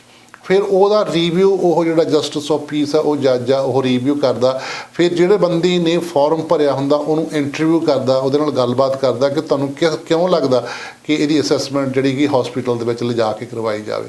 ਔਰ ਜੇਕਰ ਜੱਜ ਜਾਂ ਉਹ ਜਸਟਿਸ ਆਫ ਪੀਸ ਜਿਹੜਾ ਉਹ ਇਸ ਚੀਜ਼ 'ਤੇ ਕਨਵਿੰਸ ਹੋ ਜਾਂਦਾ ਕਿ ਇਹ ਪਰਸਨ ਨੂੰ ਐਗਜ਼ਾਮਨ ਕਰਵਾਇਆ ਜਾਵੇ ਡਾਕਟਰ ਕੋਲੋਂ ਲਿਜਾ ਕੇ, ਤਾਂ ਫਿਰ ਉਹ ਆਰਡਰ ਕਰਦਾ ਪੁਲਿਸ ਨੂੰ। ਔਰ ਪੁਲਿਸ ਤੁਹਾਡੇ ਘਰੇ ਆਉਂਦੀ ਆ, ਉਹ ਤੁਹਾਡੇ ਜਿਹੜਾ ਜੋ ਵੀ ਲਵਡ ਵਨ ਪ੍ਰੋਬਲਮ ਦੇ ਵਿੱਚ ਹੈ ਉਹਨੂੰ ਕਾਈਂਡ ਆਫ ਆਪਾਂ ਕਹਿ ਸਕਦੇ ਕਿ ਹੈਂਡਕਫ ਕਰਕੇ ਉਹਨੂੰ ਹੌਸਪੀਟਲ ਲੈ ਕੇ ਜਾਂਦੇ ਆ। ਜੇਕਰ ਉਹ ਪੇਸ਼ੈਂਟ ਨਹੀਂ ਵੀ ਜਾਣਾ ਚਾਹੁੰਦਾ ਤਾਂ ਉਹਨੂੰ ਜ਼ਬਰਦਸਤੀ ਵੀ ਲਿਜਾਇਆ ਜਾ ਸਕਦਾ। ਸਿਰਫ ਇੰਨਾ ਹੀ ਪਾਰਟ ਜ਼ਬਰਦਸਤੀ ਕੀਤੀ ਜਾ ਸਕਦੀ ਆ ਕਿ ਉਹਨੂੰ ਹੌਸਪੀਟਲ ਲਿਜਾਇਆ ਜਾ ਸਕਦਾ। ਉਸ ਤੋਂ ਬਾਅਦ ਡਾਕਟਰ ਨੇ ਡਾਇਗਨੋਸ ਕਰਨਾ, ਡਾਕਟਰ ਨੇ ਉਹਦੇ ਨਾਲ ਗੱਲਬਾਤ ਕਰਨੀ। ਹੁਣ ਡਾਕਟਰ ਦੀ ਅਸੈਸਮੈਂਟ ਹੋਏਗੀ ਕਿ ਉਹਨੂੰ ਐਡਮਿਟ ਕਰਨਾ ਜਾਂ ਉਹਨੂੰ ਡਿਸਚਾਰਜ ਕਰਨਾ। ਔਰ ਜੇ ਡਾਕਟਰ ਨੂੰ ਲੱਗੇ ਕਿ ਇਹ ਬਿਲਕੁਲ ਇਹਨੂੰ ਟਰੀਟਮੈਂਟ ਦੀ ਲੋੜ ਹੈਗੀ ਆ ਤਾਂ ਉਹ ਐਡਮਿਟ ਵੀ ਕਰ ਸਕਦਾ, ਉਹ ਡਿਸਚਾਰਜ ਵੀ ਕਰ ਸਕਦਾ। ਉੱਥੇ ਕੋਈ ਜ਼ਰੂਰੀ ਨਹੀਂ ਕਿ ਅਸੀਂ ਇਹ ਸਾਰਾ ਪ੍ਰੋਸੈਸ ਕੀਤਾ। ਔਰ ਇਹ ਬਹੁਤ ਪੇਨਫੁਲ ਪ੍ਰੋਸੈਸ ਆ, ਜਦ ਕੋਰਟ ਦੇ ਵਿੱਚ ਜਾ ਕੇ ਆਪਣੇ ਲਵਡ ਵਨ ਦੇ ਅਗੇਂਸਟ ਆਪਾਂ ਇੱਕ ਆਰਡਰ ਲੈ ਕੇ ਆਉਣਾ, ਫਿਰ ਪੁਲਿਸ ਦਾ ਘਰੇ ਆਉਣਾ, ਫਿਰ ਸਾਡੀ ਉਹੀ ਸ਼ੇਮ, ਗਿਲਟ, ਸਾਡਾ ਆਂਢ ਗੁਆਂਢ ਦੇਖੂਗਾ ਵੀ ਇਹਨਾਂ ਨੂੰ ਕਿਉਂ, ਲੋਕਾਂ ਨੂੰ ਤਾਂ ਇਉਂ ਲੱਗੇਗਾ ਨਾ ਅਰੈਸਟ ਕਰਕੇ ਲੈ ਚੱਲੇ ਆ, ਹਾਲਾਂਕਿ ਆਪਾਂ ਉਹ ਟਰੀਟਮੈਂਟ ਵਾਸਤੇ ਉਹ ਪਰਸਨ ਨੂੰ ਲੈ ਕੇ ਜਾ ਰਹੇ ਹਾਂ। ਸੋ ਇਹ ਸਾਰੀਆਂ ਚੀਜ਼ਾਂ ਮੈਟਰ ਕਰਦੀਆਂ। ਔਰ ਕਈ ਵਾਰੀ ਇਹ ਸਾਰਾ ਕੁਛ ਕਰਨ ਦੇ ਬਾਵਜੂਦ, ਇੰਨੀ ਮਿਹਨਤ ਕਰਨ ਦੇ ਬਾਵਜੂਦ ਹੁੰਦਾ ਕੀ ਹੈ ਕਿ ਜਦੋਂ ਹੌਸਪੀਟਲ ਦੇ ਵਿੱਚ ਪੇਸ਼ੈਂਟ ਜਾਂਦਾ ਤਾਂ ਡਾਕਟਰ ਨੂੰ ਲੱਗਦਾ ਕਿ ਵੀ ਨਹੀਂ, ਇਹਨੂੰ ਕੋਈ ਲੋੜ ਨਹੀਂ ਹੈ ਮੈਡੀਸਨ ਦੀ, ਤਾਂ ਉਹ ਡਿਸਚਾਰਜ ਵੀ ਕਰ ਸਕਦਾ। ਸੋ ਬਹੁਤ ਨਵਜੋਤ ਜੀ ਇਹ ਆਪਾਂ ਕਹਿ ਸਕਦੇ ਕਿ ਪੇਨਫੁਲ ਪ੍ਰੋਸੈਸ ਆ। ਔਰ ਕਈ ਵਾਰੀ ਕਾਮਯਾਬ ਹੁੰਦਾ, ਕਈ ਵਾਰੀ ਨਹੀਂ ਹੁੰਦਾ। ਸੋ ਇਹ ਬਹੁਤ ਸਾਰੀਆਂ ਗੁੰਝਲਾਂ ਨੇ, ਜਿਵੇਂ ਮੈਂ ਕਿਹਾ ਸਿਸਟਮ ਦੇ ਵਿੱਚ, ਸਿਸਟਮ ਨੂੰ ਲੋੜ ਹੈਗੀ ਚੇਂਜ ਕਰਨ ਦੀ, ਪਰ ਹਲੇ ਇਹਦੇ 'ਤੇ ਰਿਵਿਊ ਹੋ ਰਿਹਾ। ਦੇਖੋ ਕਦੋਂ ਜਿਹੜੀਆਂ ਚੇਂਜਸ ਉਹ ਆਉਂਦੀਆਂ ਹੈਗੀਆਂ। ਔਰ ਇਹਦੇ ਨਾਲ ਨਾਲ ਜਦੋਂ ਆਪਾਂ ਦੇਖਦੇ ਹਾਂ ਕਿ ਜਦੋਂ ਕੋਈ ਵੀ ਆਪਾਂ ਜ਼ਬਰਦਸਤੀ ਕਰਦੇ ਹਾਂ ਨਵਜੋਤ ਜੀ, ਤਾਂ ਇਸ ਤਰ੍ਹਾਂ ਦੇ ਲਾਅ ਤਾਂ ਬਣਾਏ ਗਏ ਕਿ ਕਿਸੇ ਆਮ ਬੰਦੇ ਨੂੰ ਜਾਂ ਕਮਜ਼ੋਰ ਬੰਦੇ ਨੂੰ ਆਪਾਂ ਉਹਨੂੰ ਇਹ ਪ੍ਰੂਫ ਕਰਕੇ ਕਿ ਇਹ ਮੈਂਟਲੀ ਡਿਸੇਬਲ ਆ, ਉਹਦੀ ਪ੍ਰੋਪਰਟੀ ਜਾਂ ਉਹਦੇ ਹੱਕ 'ਤੇ ਕੋਈ ਡਾਕਾ ਨਾ ਮਾਰਿਆ ਜਾਵੇ। ਸੋ ਤਾਂ ਕਰਕੇ ਜਿਹੜੇ ਸਾਰੇ ਕਾਨੂੰਨ ਇਸ ਨਰਮ ਹੈਗੇ ਆ, ਤਾਂ ਕਰਕੇ ਤੁਹਾਡਾ ਕੰਸੈਂਟ ਜ਼ਰੂਰੀ ਆ, ਤਾਂ ਕਰਕੇ ਜਿਹੜਾ ਡਾਇਗਨੋਸ, ਈਜ਼ੀ ਡਾਇਗਨੋਸ ਡਾਕਟਰ ਜਿਹੜੇ ਆ ਨਹੀਂ ਕਰਦੇ। ਔਰ ਦੂਜੀ ਵੱਡੀ ਗੱਲ ਇਹ ਵੀ ਹੈਗੀ ਆ ਕਿ ਹੌਸਪੀਟਲ ਦੇ ਵਿੱਚ ਬਹੁਤ ਛੋਟਾ ਜਿਹਾ ਕਾਰਨਰ ਇੱਕ ਮੈਂਟਲ ਹੈਲਥ ਵਾਰਡ ਨੂੰ ਦਿੱਤਾ ਜਾਂਦਾ ਔਰ ਕਿਉਂਕਿ ਉੱਥੇ ਬਹੁਤ ਸਾਰੀਆਂ ਹੋਰ ਪ੍ਰਬੰਧ ਵੀ ਕਰਨੇ ਹੁੰਦੇ ਆ ਜੀ। ਸੋ ਉਹ ਵੀ ਆਪਾਂ ਨੂੰ ਕਹਿ ਸਕਦੇ ਹਾਂ ਕਿ ਵੱਡੇ ਵਾਰਡਾਂ ਦੀ ਲੋੜ ਹੈਗੀ ਆ। ਸੋ ਇਹਦੇ ਨਾਲ ਜਦੋਂ ਆਪਾਂ ਗੱਲ ਕਰ ਰਹੇ ਹਾਂ ਲਵਡ ਵਨ ਦੀ, ਤੇ ਜਦੋਂ ਆਪਾਂ ਫੈਮਿਲੀ ਦੀ ਗੱਲ ਕਰਦੇ ਹਾਂ, ਫੈਮਿਲੀ ਸਪੋਰਟ ਬਹੁਤ ਜ਼ਰੂਰੀ ਹੈ, ਇਹਦੇ 'ਚ ਤਾਂ ਕੋਈ ਡਾਊਟ ਹੀ ਨਹੀਂ। ਅਸੀਂ ਅਕਸਰ ਇਹ ਗੱਲ ਕਰਦੇ ਹੁੰਦੇ ਹਾਂ ਕਿ ਜਦੋਂ ਘਰ ਦੇ ਵਿੱਚ ਚਾਹੇ ਇੱਕ ਮੈਂਟਲ ਹੈਲਥ ਦੀ ਪ੍ਰੋਬਲਮ ਹੈ ਇੱਕ ਬੰਦੇ ਦੀ, ਚਾਹੇ ਐਡਿਕਸ਼ਨ, ਚਾਹੇ ਇੱਕੋ ਹੀ ਬੰਦਾ ਐਡਿਕਟਡ ਆ, ਉਹ ਨਾ ਉਸ ਇਕੱਲੇ ਬੰਦੇ ਦੀ ਪ੍ਰੋਬਲਮ ਨਹੀਂ, ਉਹ ਸਾਰੀ ਆਪਾਂ ਕਹਿ ਸਕਦੇ ਹਾਂ ਕਿ ਫੈਮਿਲੀ ਦੀ ਪ੍ਰੋਬਲਮ ਬਣ ਜਾਂਦੀ ਹੈ। ਔਰ ਸਾਰੀ ਫੈਮਿਲੀ ਨੂੰ ਮਿਲ ਕੇ ਉਸ ਜਿਹੜਾ ਪ੍ਰੋਬਲਮ ਨੂੰ ਸੋਲਵ ਕਰਨ ਦੀ ਕੋਸ਼ਿਸ਼ ਕਰਨੀ ਚਾਹੀਦੀ ਹੈ, ਤਾਂ ਹੀ ਉਹ ਮੁਸ਼ਕਲ ਹੱਲ ਹੁੰਦੀ ਹੈ। ਸੋ ਜਦੋਂ ਆਪਾਂ ਮੈਂਟਲ ਹੈਲਥ ਦੀ ਗੱਲ ਕਰਦੇ ਹਾਂ ਨਵਜੋਤ ਜੀ, ਫੈਮਿਲੀ ਸਪੋਰਟ ਕਿੰਨੀ ਕੁ ਜ਼ਰੂਰੀ ਆ। ਹੁਣ ਜੇ ਆਪਾਂ ਇਹ ਕਹਿ ਦਈਏ ਕਿ ਇਹ ਬਿਮਾਰ ਆ ਬੰਦਾ ਜਾਂ ਇਹ ਸਿੱਕ ਆ, ਇਹ ਜਾ ਕੇ ਕਾਉਂਸਲਿੰਗ ਲਵੇ, ਇਹ ਜਾ ਕੇ ਮੈਡੀਸਨ ਲਵੇ, ਅਸੀਂ ਕਿਉਂ ਆਪਦਾ ਕੰਮ ਛੱਡੀਏ, ਅਸੀਂ ਕਿਉਂ ਇਹਦੇ ਪਿੱਛੇ ਭੱਜੀਏ, ਜਾਂ ਅਸੀਂ ਕਿਉਂ ਨਾਲ ਇਹਦੇ ਸਫ਼ਰ ਕਰੀਏ। ਹਾਲਾਂਕਿ ਸਫ਼ਰ ਕਰ ਰਹੇ ਹੁੰਦੇ ਆ, ਪਰ ਉਹ ਫੈਮਿਲੀ ਨੂੰ ਕਿਵੇਂ ਆਪਾਂ ਇਹ ਗਾਈਡੈਂਸ ਦੇ ਸਕਦੇ ਹਾਂ ਕਿ ਤੁਹਾਨੂੰ ਵੀ ਕਾਉਂਸਲਿੰਗ ਦੀ ਲੋੜ ਆ, ਕਿਉਂਕਿ ਉਸ ਬੰਦੇ ਨਾਲ ਵਿਚਰਨਾ ਕਿਵੇਂ ਆ, ਕਿਵੇਂ ਆਪਾਂ ਨੂੰ ਇਹ ਲੱਗਦਾ ਕਿ ਇਹ ਜਾਣਬੁੱਝ ਕੇ ਕਰ ਰਿਹਾ ਕਿ ਜੇ ਜਾਂ ਇਹਦੀ ਇਹ ਬਿਮਾਰੀ ਇਹ ਤੋਂ ਕਰਵਾ ਰਹੀ ਹੈ।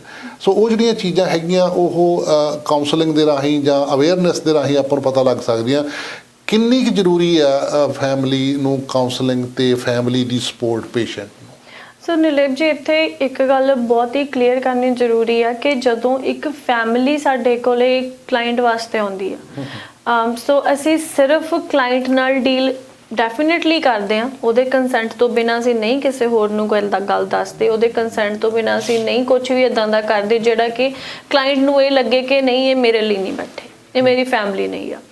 ਪਰ ਜਦੋਂ ਸਾਡੇ ਕੋਲੇ ਕਲਾਇੰਟ ਖੁਦ ਚੱਲ ਕੇ ਨਹੀਂ ਆਉਂਦਾ, ਉਹਦੇ ਪੇਰੈਂਟਸ ਥਰੂ, ਫੈਮਿਲੀ ਥਰੂ, ਕੋਈ ਵੀ ਹੋ ਸਕਦਾ, ਵਾਈਫ ਹੋ ਸਕਦੀ ਆ, ਬੱਚੇ ਹੋ ਸਕਦੇ ਨੇ, ਉਹਨਾਂ ਦੇ ਥਰੂ ਆਉਂਦਾ, ਤਾਂ ਜਦੋਂ ਉਹ ਆਪਣਾ ਇੱਕ ਪੁਆਇੰਟ ਆਫ ਵਿਊ ਦੱਸਦੇ ਕਿ ਸਾਡਾ ਜਿਹੜਾ ਫੈਮਿਲੀ ਮੈਂਬਰ ਆ ਉਹ ਇੱਦਾਂ ਨਿਕਲਦਾ ਪਿਆ ਆ, ਤਾਂ ਐਜ਼ ਅ ਕਾਉਂਸਲਰ ਅਸੀਂ ਸਿਰਫ ਇਹ ਫੋਕਸ ਨਹੀਂ ਦਿੰਦੇ ਕਿ ਕਲਾਇੰਟ ਨੂੰ ਅਸੀਂ ਕਿੱਦਾਂ ਇੱਥੇ ਤੱਕ ਲੈ ਕੇ ਆਉਣਾ ਆ। ਅਸੀਂ ਇਹ ਟਰਾਈ ਕਰਦੇ ਹਾਂ ਕਿ ਜਿਹੜਾ ਬੰਦਾ ਸਾਨੂੰ ਕਲਾਇੰਟ ਬਾਰੇ ਦੱਸ ਰਿਹਾ, ਅਸੀਂ ਉਹਨੂੰ ਕਿੱਦਾਂ ਗਾਈਡੈਂਸ ਦੇਣੀ ਹੈ ਕਿ ਤੁਸੀਂ ਕਲਾਇੰਟ ਨਾਲ ਡੀਲ ਕਿੱਦਾਂ ਕਰਨਾ। ਫਿਰ ਇਹ ਸਾਡਾ ਮੋਟਿਵ ਨਹੀਂ ਹੁੰਦਾ ਹੈਗਾ ਕਿ ਜੇ ਸਾਨੂੰ ਕਿਸੇ ਬੰਦੇ ਨੇ ਦੱਸਤਾ ਕਿ ਹਾਂ ਇਹ ਤੁਹਾਡਾ ਕਲਾਇੰਟ ਹੈ, ਤੁਸੀਂ ਪਲੀਜ਼ ਇਹਨੂੰ ਫੋਲੋ ਅਪ ਕਰੋ, ਅਸੀਂ ਸਿਰਫ ਉਹਨੂੰ ਫੋਲੋ ਅਪ ਨਹੀਂ ਕਰਦੇ, ਅਸੀਂ ਉਹਦੇ ਫੋਲੋ ਅਪ ਦੇ ਨਾਲ ਜਿਹੜਾ ਸਾਡੇ ਕੋਲੇ ਉਹ ਚੀਜ਼ ਨੂੰ ਲੈ ਕੇ ਅਸੀਂ ਉਹਨੂੰ ਪੁੱਛਦੇ ਹਾਂ ਕਿ ਤੁਸੀਂ ਇਸ ਚੀਜ਼ ਨੂੰ ਡੀਲ ਕਿੱਦਾਂ ਕਰਦੇ ਪਏ ਹੋ। ਕਿਉਂਕਿ ਇਹ ਵੀ ਹੋ ਸਕਦਾ ਆ ਕਿ ਜ਼ਰੂਰੀ ਨਹੀਂ ਹੈਗਾ ਕਿ ਕਲਾਇੰਟ 'ਚ ਇਸ਼ੂ ਹੋਵੇ। ਹੁਣ ਫੋਰ ਐਗਜ਼ਾਮਪਲ ਜੇ ਅਸੀਂ ਜਜਮੈਂਟ ਕਰਨ ਲੱਗੇ ਕਿ ਜੇ ਇਹਨਾਂ ਨੇ ਸਾਨੂੰ ਕਿਹਾ ਕਿ ਇਹੀ ਬੰਦੇ 'ਚ ਇਸ਼ੂ ਆ ਤੇ ਉਸੇ 'ਚ ਹੀ ਹੈ, ਫਿਰ ਤਾਂ ਉੱਥੇ ਅਸੀਂ ਵੀ ਗਲਤ ਹੋ ਗਏ। ਕਈ ਵਾਰੀ ਇੱਦਾਂ ਦੇ ਕੇਸਿਸ ਵੀ ਆਏ ਆ ਜਿਹਦੇ ਵਿੱਚ ਸਾਨੂੰ ਲੱਗਦਾ ਹੁੰਦਾ ਕਿ ਪੇਰੈਂਟਸ ਜੋ ਨੇ ਨਾ ਉਹ ਬੱਚੇ ਤੋਂ ਬਹੁਤ ਜ਼ਿਆਦਾ ਐਕਸਪੈਕਟ ਕਰ ਰਹੇ ਹੁੰਦੇ ਆ, ਜਿੰਨਾ ਕਿ ਉਹ ਬੱਚਾ ਆਪਣੀ ਉਮਰ ਦੇ ਅਕੋਰਡਿੰਗ ਕਰ ਵੀ ਨਹੀਂ ਸਕਦਾ। ਤੇ ਉੱਥੇ ਹੁਣ ਅਸੀਂ ਇਹ ਨਹੀਂ ਕਹਿ ਸਕਦੇ ਕਿ ਹਾਂ ਬੱਚੇ 'ਚ ਇਸ਼ੂ ਹੈ, ਰਾਈਟ, ਕਿ ਬੱਚਾ ਸਾਡਾ ਕਲਾਇੰਟ ਹੋਊਗਾ ਅਸੀਂ ਇਹਨੂੰ ਕਾਉਂਸਲਿੰਗ ਕਰਾਂਗੇ। ਉੱਥੇ ਅਸੀਂ ਇਹ ਵੀ ਟਰਾਈ ਕਰੀਦਾ ਆ ਕਿ ਨਹੀਂ, ਤੁਹਾਨੂੰ ਵੀ ਉਸ ਚੀਜ਼ ਦੇ ਨਾਲ ਕਿੱਦਾਂ ਤੁਸੀਂ ਰਹਿਣਾ, ਕਿੱਦਾਂ ਆਪਣੀ ਐਕਸਪੈਕਟੇਸ਼ਨਸ ਨੂੰ ਘਟਾਉਣਾ, ਬੱਚੇ ਦੇ ਨਾਲ ਕਿੱਦਾਂ ਚੱਲਣਾ ਐਟਲੀਸਟ, ਤੇ ਉਹ ਚੀਜ਼ ਦੇ ਉੱਪਰ ਵੀ ਅਸੀਂ ਫੋਕਸ ਕਰਦੇ ਹਾਂ। ਅਸੀਂ ਹਮੇਸ਼ਾ ਉਹਨਾਂ ਨੂੰ ਗਾਈਡ ਕਰਦੇ ਹਾਂ ਕਿ ਜੇ ਕਲਾਇੰਟ ਇੱਦਾਂ ਉਹਨੂੰ ਇਸ ਚੀਜ਼ ਦਾ ਇਸ਼ੂ ਹੈ, ਇਸ ਚੀਜ਼ ਦਾ ਡਿਸਆਰਡਰ ਹੈ, ਪਹਿਲਾਂ ਕਲੈਰਿਟੀ ਕਿੱਥੋਂ ਆਊਗੀ ਸਾਨੂੰ। ਇਹ ਤਾਂ ਹੈ ਨਹੀਂਗਾ ਕਿ ਜੇ ਸਾਨੂੰ ਫੈਮਿਲੀ ਨੇ ਆ ਕੇ ਕਹਿਤਾ ਕਿ ਇਹਨੂੰ ਐਂਜ਼ਾਈਟੀ ਡਿਸਆਰਡਰ ਅਸੀਂ ਮੰਨ ਜਾਵਾਂਗੇ, ਰਾਈਟ। ਸਾਨੂੰ ਪਤਾ ਵੀ ਹੋਣਾ ਚਾਹੀਦਾ ਕਿ ਸਾਡੇ ਕੋਲੇ ਪ੍ਰੂਫ ਕੀ ਹੈ, ਕਿ ਤੁਸੀਂ ਉਹਨੂੰ ਲੇਬਲ ਕਰਦੇ ਪਏ ਹੋ ਕਿਸੇ ਚੀਜ਼ ਦੇ ਨਾਲ, ਤੁਹਾਡੇ ਕੋਲੇ ਪ੍ਰੂਫ ਕਿੱਥੇ ਹੈ ਜੀ। ਤੁਸੀਂ ਉਹਨੂੰ ਲੇਬਲ ਨਹੀਂ ਕਰ ਸਕਦੇ, ਤੁਸੀਂ ਰੈਫਰ ਪਾਉਣੇ ਪਏ ਹੋ ਕਿ ਠੀਕ ਆ ਚੀਜ਼ ਨੂੰ, ਬੰਦੇ ਨੂੰ ਇਸ਼ੂ, ਤੁਸੀਂ ਗੱਲ ਕਰੋ, ਦੈਟਸ ਡਿਫਰੈਂਟ। ਪਰ ਜਦੋਂ ਇੱਕ ਫੈਮਿਲੀ ਲੇਬਲ ਕਰਕੇ ਸਾਡੇ ਕੋਲੇ ਕਲਾਇੰਟ ਨੂੰ ਲੈ ਕੇ ਆਉਂਦੇ, then definitely we need a proof ਕਿ ਕਿਸ ਚੀਜ਼ ਨੇ ਤੁਸੀਂ ਕਹਿ ਸਕਦੇ ਹੋ ਡੈਫੀਨਿਟਲੀ ਕਿ ਹਾਂ ਉਹ ਬੰਦੇ ਨੂੰ ਆ ਚੀਜ਼ ਦਾ ਇਸ਼ੂ ਹੈਗਾ ਹੀ ਹੈਗਾ ਵਾ, ਤੇ ਕਿੱਦਾਂ ਫੈਮਿਲੀ ਜਿਹੜੀ ਆ ਉਸ ਚੀਜ਼ ਨੂੰ ਡੀਲ ਕਰਦੀ ਪਈ ਆ। ਸੋ ਅਸੀਂ ਦੋਨੋਂ ਪਾਸੇ ਵਰਕ ਕਰਦੇ ਹਾਂ। It's not just for the client, it's for family and the client, and ਉਹਨਾਂ ਲਈ ਜਾਣਨਾ ਬਹੁਤ ਇੰਪੋਰਟੈਂਟ ਹੁੰਦਾ ਆ। ਸੋ ਇਸ ਪ੍ਰੋਗਰਾਮ ਦੇ ਨਾਲ ਅਸੀਂ ਇਸੇ ਕਰਕੇ ਗਾਈਡੈਂਸ ਦਿੰਦੇ ਹਾਂ ਤਾਂ ਕਿ ਐਟਲੀਸਟ ਫੈਮਿਲੀ ਜਿਹੜੀ ਸਾਡੇ ਤੱਕ ਪਹੁੰਚ ਨਹੀਂ ਸਕਦੇ, ਉਹਨਾਂ ਨੂੰ ਘਰੇ ਬੈਠੇ ਪਤਾ ਚੱਲ ਜਾਵੇ ਕਿ ਕਿੱਦਾਂ ਦੀਆਂ ਸਿਚੁਏਸ਼ਨਸ ਦੇ ਵਿੱਚ ਕਿੱਦਾਂ ਤੁਸੀਂ ਡੀਲ ਕਰ ਸਕਦੇ ਹੋ ਜੀ। ਕੁਝ ਚੀਜ਼ਾਂ ਜਿਹੜੀਆਂ ਹੈਗੀਆਂ ਨਵਜੋਤ ਜੀ, ਉਹ ਨਾ ਆਪਾਂ ਨੂੰ ਸਾਇੰਸ ਦੇ ਦਿੰਦੀਆਂ ਹੈਗੀਆਂ। ਜਿਵੇਂ ਫਾਰ ਐਗਜ਼ਾਮਪਲ ਮੈਂ ਇਸੇ ਤਰ੍ਹਾਂ ਹੀ ਜਿਵੇਂ ਤੁਸੀਂ ਤੁਹਾਡੇ ਨਾਲ ਇੰਟਰਵਿਊ ਕਰ ਰਹੇ ਇੱਥੇ, ਮੇਰੇ ਨਾਲ ਇੱਕ ਸਾਡੇ ਬਹੁਤ ਹੀ ਪਿਆਰੇ ਹੈਗੇ ਆ ਬਲਵਿੰਦਰ ਬਰਨਾਲਾ ਜੀ, ਸਾਈਕੈਟਰਿਸਟ ਨੇ, ਉਹ ਮਨੋਵਿਗਿਆਨ ਦੇ ਉਹ ਵਿਦਿਆਰਥੀ ਨੇ। ਉਹਨਾਂ ਨਾਲ ਗੱਲਬਾਤ ਕਰਦਿਆਂ ਨੇ ਉਹ ਜਦੋਂ ਇਸੇ ਤਰ੍ਹਾਂ ਗੱਲਬਾਤ ਚੱਲ ਰਹੀ ਸੀਗੀ, ਉਹਨਾਂ ਨੇ ਇੱਕ ਚੀਜ਼ ਮੈਂਸ਼ਨ ਕੀਤੀ ਕਿ ਇੱਕ ਨਾਰਮਲ ਬ੍ਰੇਨ ਦੇ ਵਿੱਚ ਜਿਹੜੇ ਸੁਸਾਈਡਲ ਥਾਟਸ ਆ ਨਾ ਉਹ ਆਉਣੇ ਨਹੀਂ ਚਾਹੀਦੇ। ਜੀ ਜੇ ਇੱਕ ਬ੍ਰੇਨ ਦੇ ਵਿੱਚ ਇਹ ਚੀਜ਼ ਆਉਂਦੀ ਹੈ ਕਿ ਮੈਨੂੰ ਜ਼ਿੰਦਗੀ ਵਰਥਲੈਸ ਲੱਗਦੀ ਹੈ ਤੇ ਮੈਂ ਮਰ ਜਾਵਾਂ, ਦੈਟ ਮੀਨਸ ਪ੍ਰੋਬਲਮ ਹੈਗੀ ਹੈ। We have to take it serious. ਜੇ ਕੋਈ ਬੰਦਾ ਤੁਹਾਨੂੰ ਇਹ ਕਹਿ ਰਿਹਾ ਮੇਰਾ ਮਰਨ ਨੂੰ ਜੀ ਕਰਦਾ, ਇਹ ਖਿਆਲ ਆਇਆ ਤੇ ਕਿਉਂ ਆਇਆ, ਇਸ ਚੀਜ਼ ਤੇ ਆਪਾਂ ਨੂੰ ਸੀਰੀਅਸਲੀ ਵਰਕ ਕਰਨਾ ਚਾਹੀਦਾ। ਔਰ ਬਹੁਤ ਸਾਰੇ ਜਦੋਂ ਸੁਸਾਈਡ ਜਦੋਂ ਆਪਾਂ ਹੋਏ ਆ, ਪਰਿਵਾਰਾਂ ਦੇ ਨਾਲ ਮਿਲੇ ਆ, ਤਾਂ ਉਹ ਬਿਲਕੁਲ ਉਹ ਕਹਿੰਦੇ ਜੀ ਬਿਲਕੁਲ ਕੋਈ ਸਾਨੂੰ ਕਲਿਊ ਹੀ ਨਹੀਂ ਸੀਗਾ, ਪਰ ਜਦੋਂ ਗੱਲਾਂ ਬਾਤਾਂ ਉਹਨਾਂ ਦੇ ਨਾਲ ਬੈਠ ਕੇ ਆਪਾਂ ਕਰਦੇ ਆ ਤੇ ਫਿਰ ਲੱਗਦਾ ਕਿ ਫਿਰ ਉਹ ਆਪ ਹੀ ਪਰਿਵਾਰ ਬਹੁਤ ਸਾਰੀਆਂ ਗੱਲਾਂ ਦੱਸਦਾ ਕਿ ਉਹ ਆਹ ਚੀਜ਼ ਸੀ, ਉਹ ਆਹ ਚੀਜ਼ ਸੀ, ਉਹ ਕਿਉਂਕਿ ਫੈਮਿਲੀ ਨੂੰ ਉਹਦੇ ਬਾਰੇ ਅਵੇਅਰਨੈਸ ਨਹੀਂ ਸੀਗੀ ਇਹਨਾਂ ਚੀਜ਼ਾਂ ਬਾਰੇ। ਆਪਾਂ ਨਾਰਮਲ ਉਸ ਚੀਜ਼ ਨੂੰ ਲੈ ਰਹੇ ਸੀਗੇ।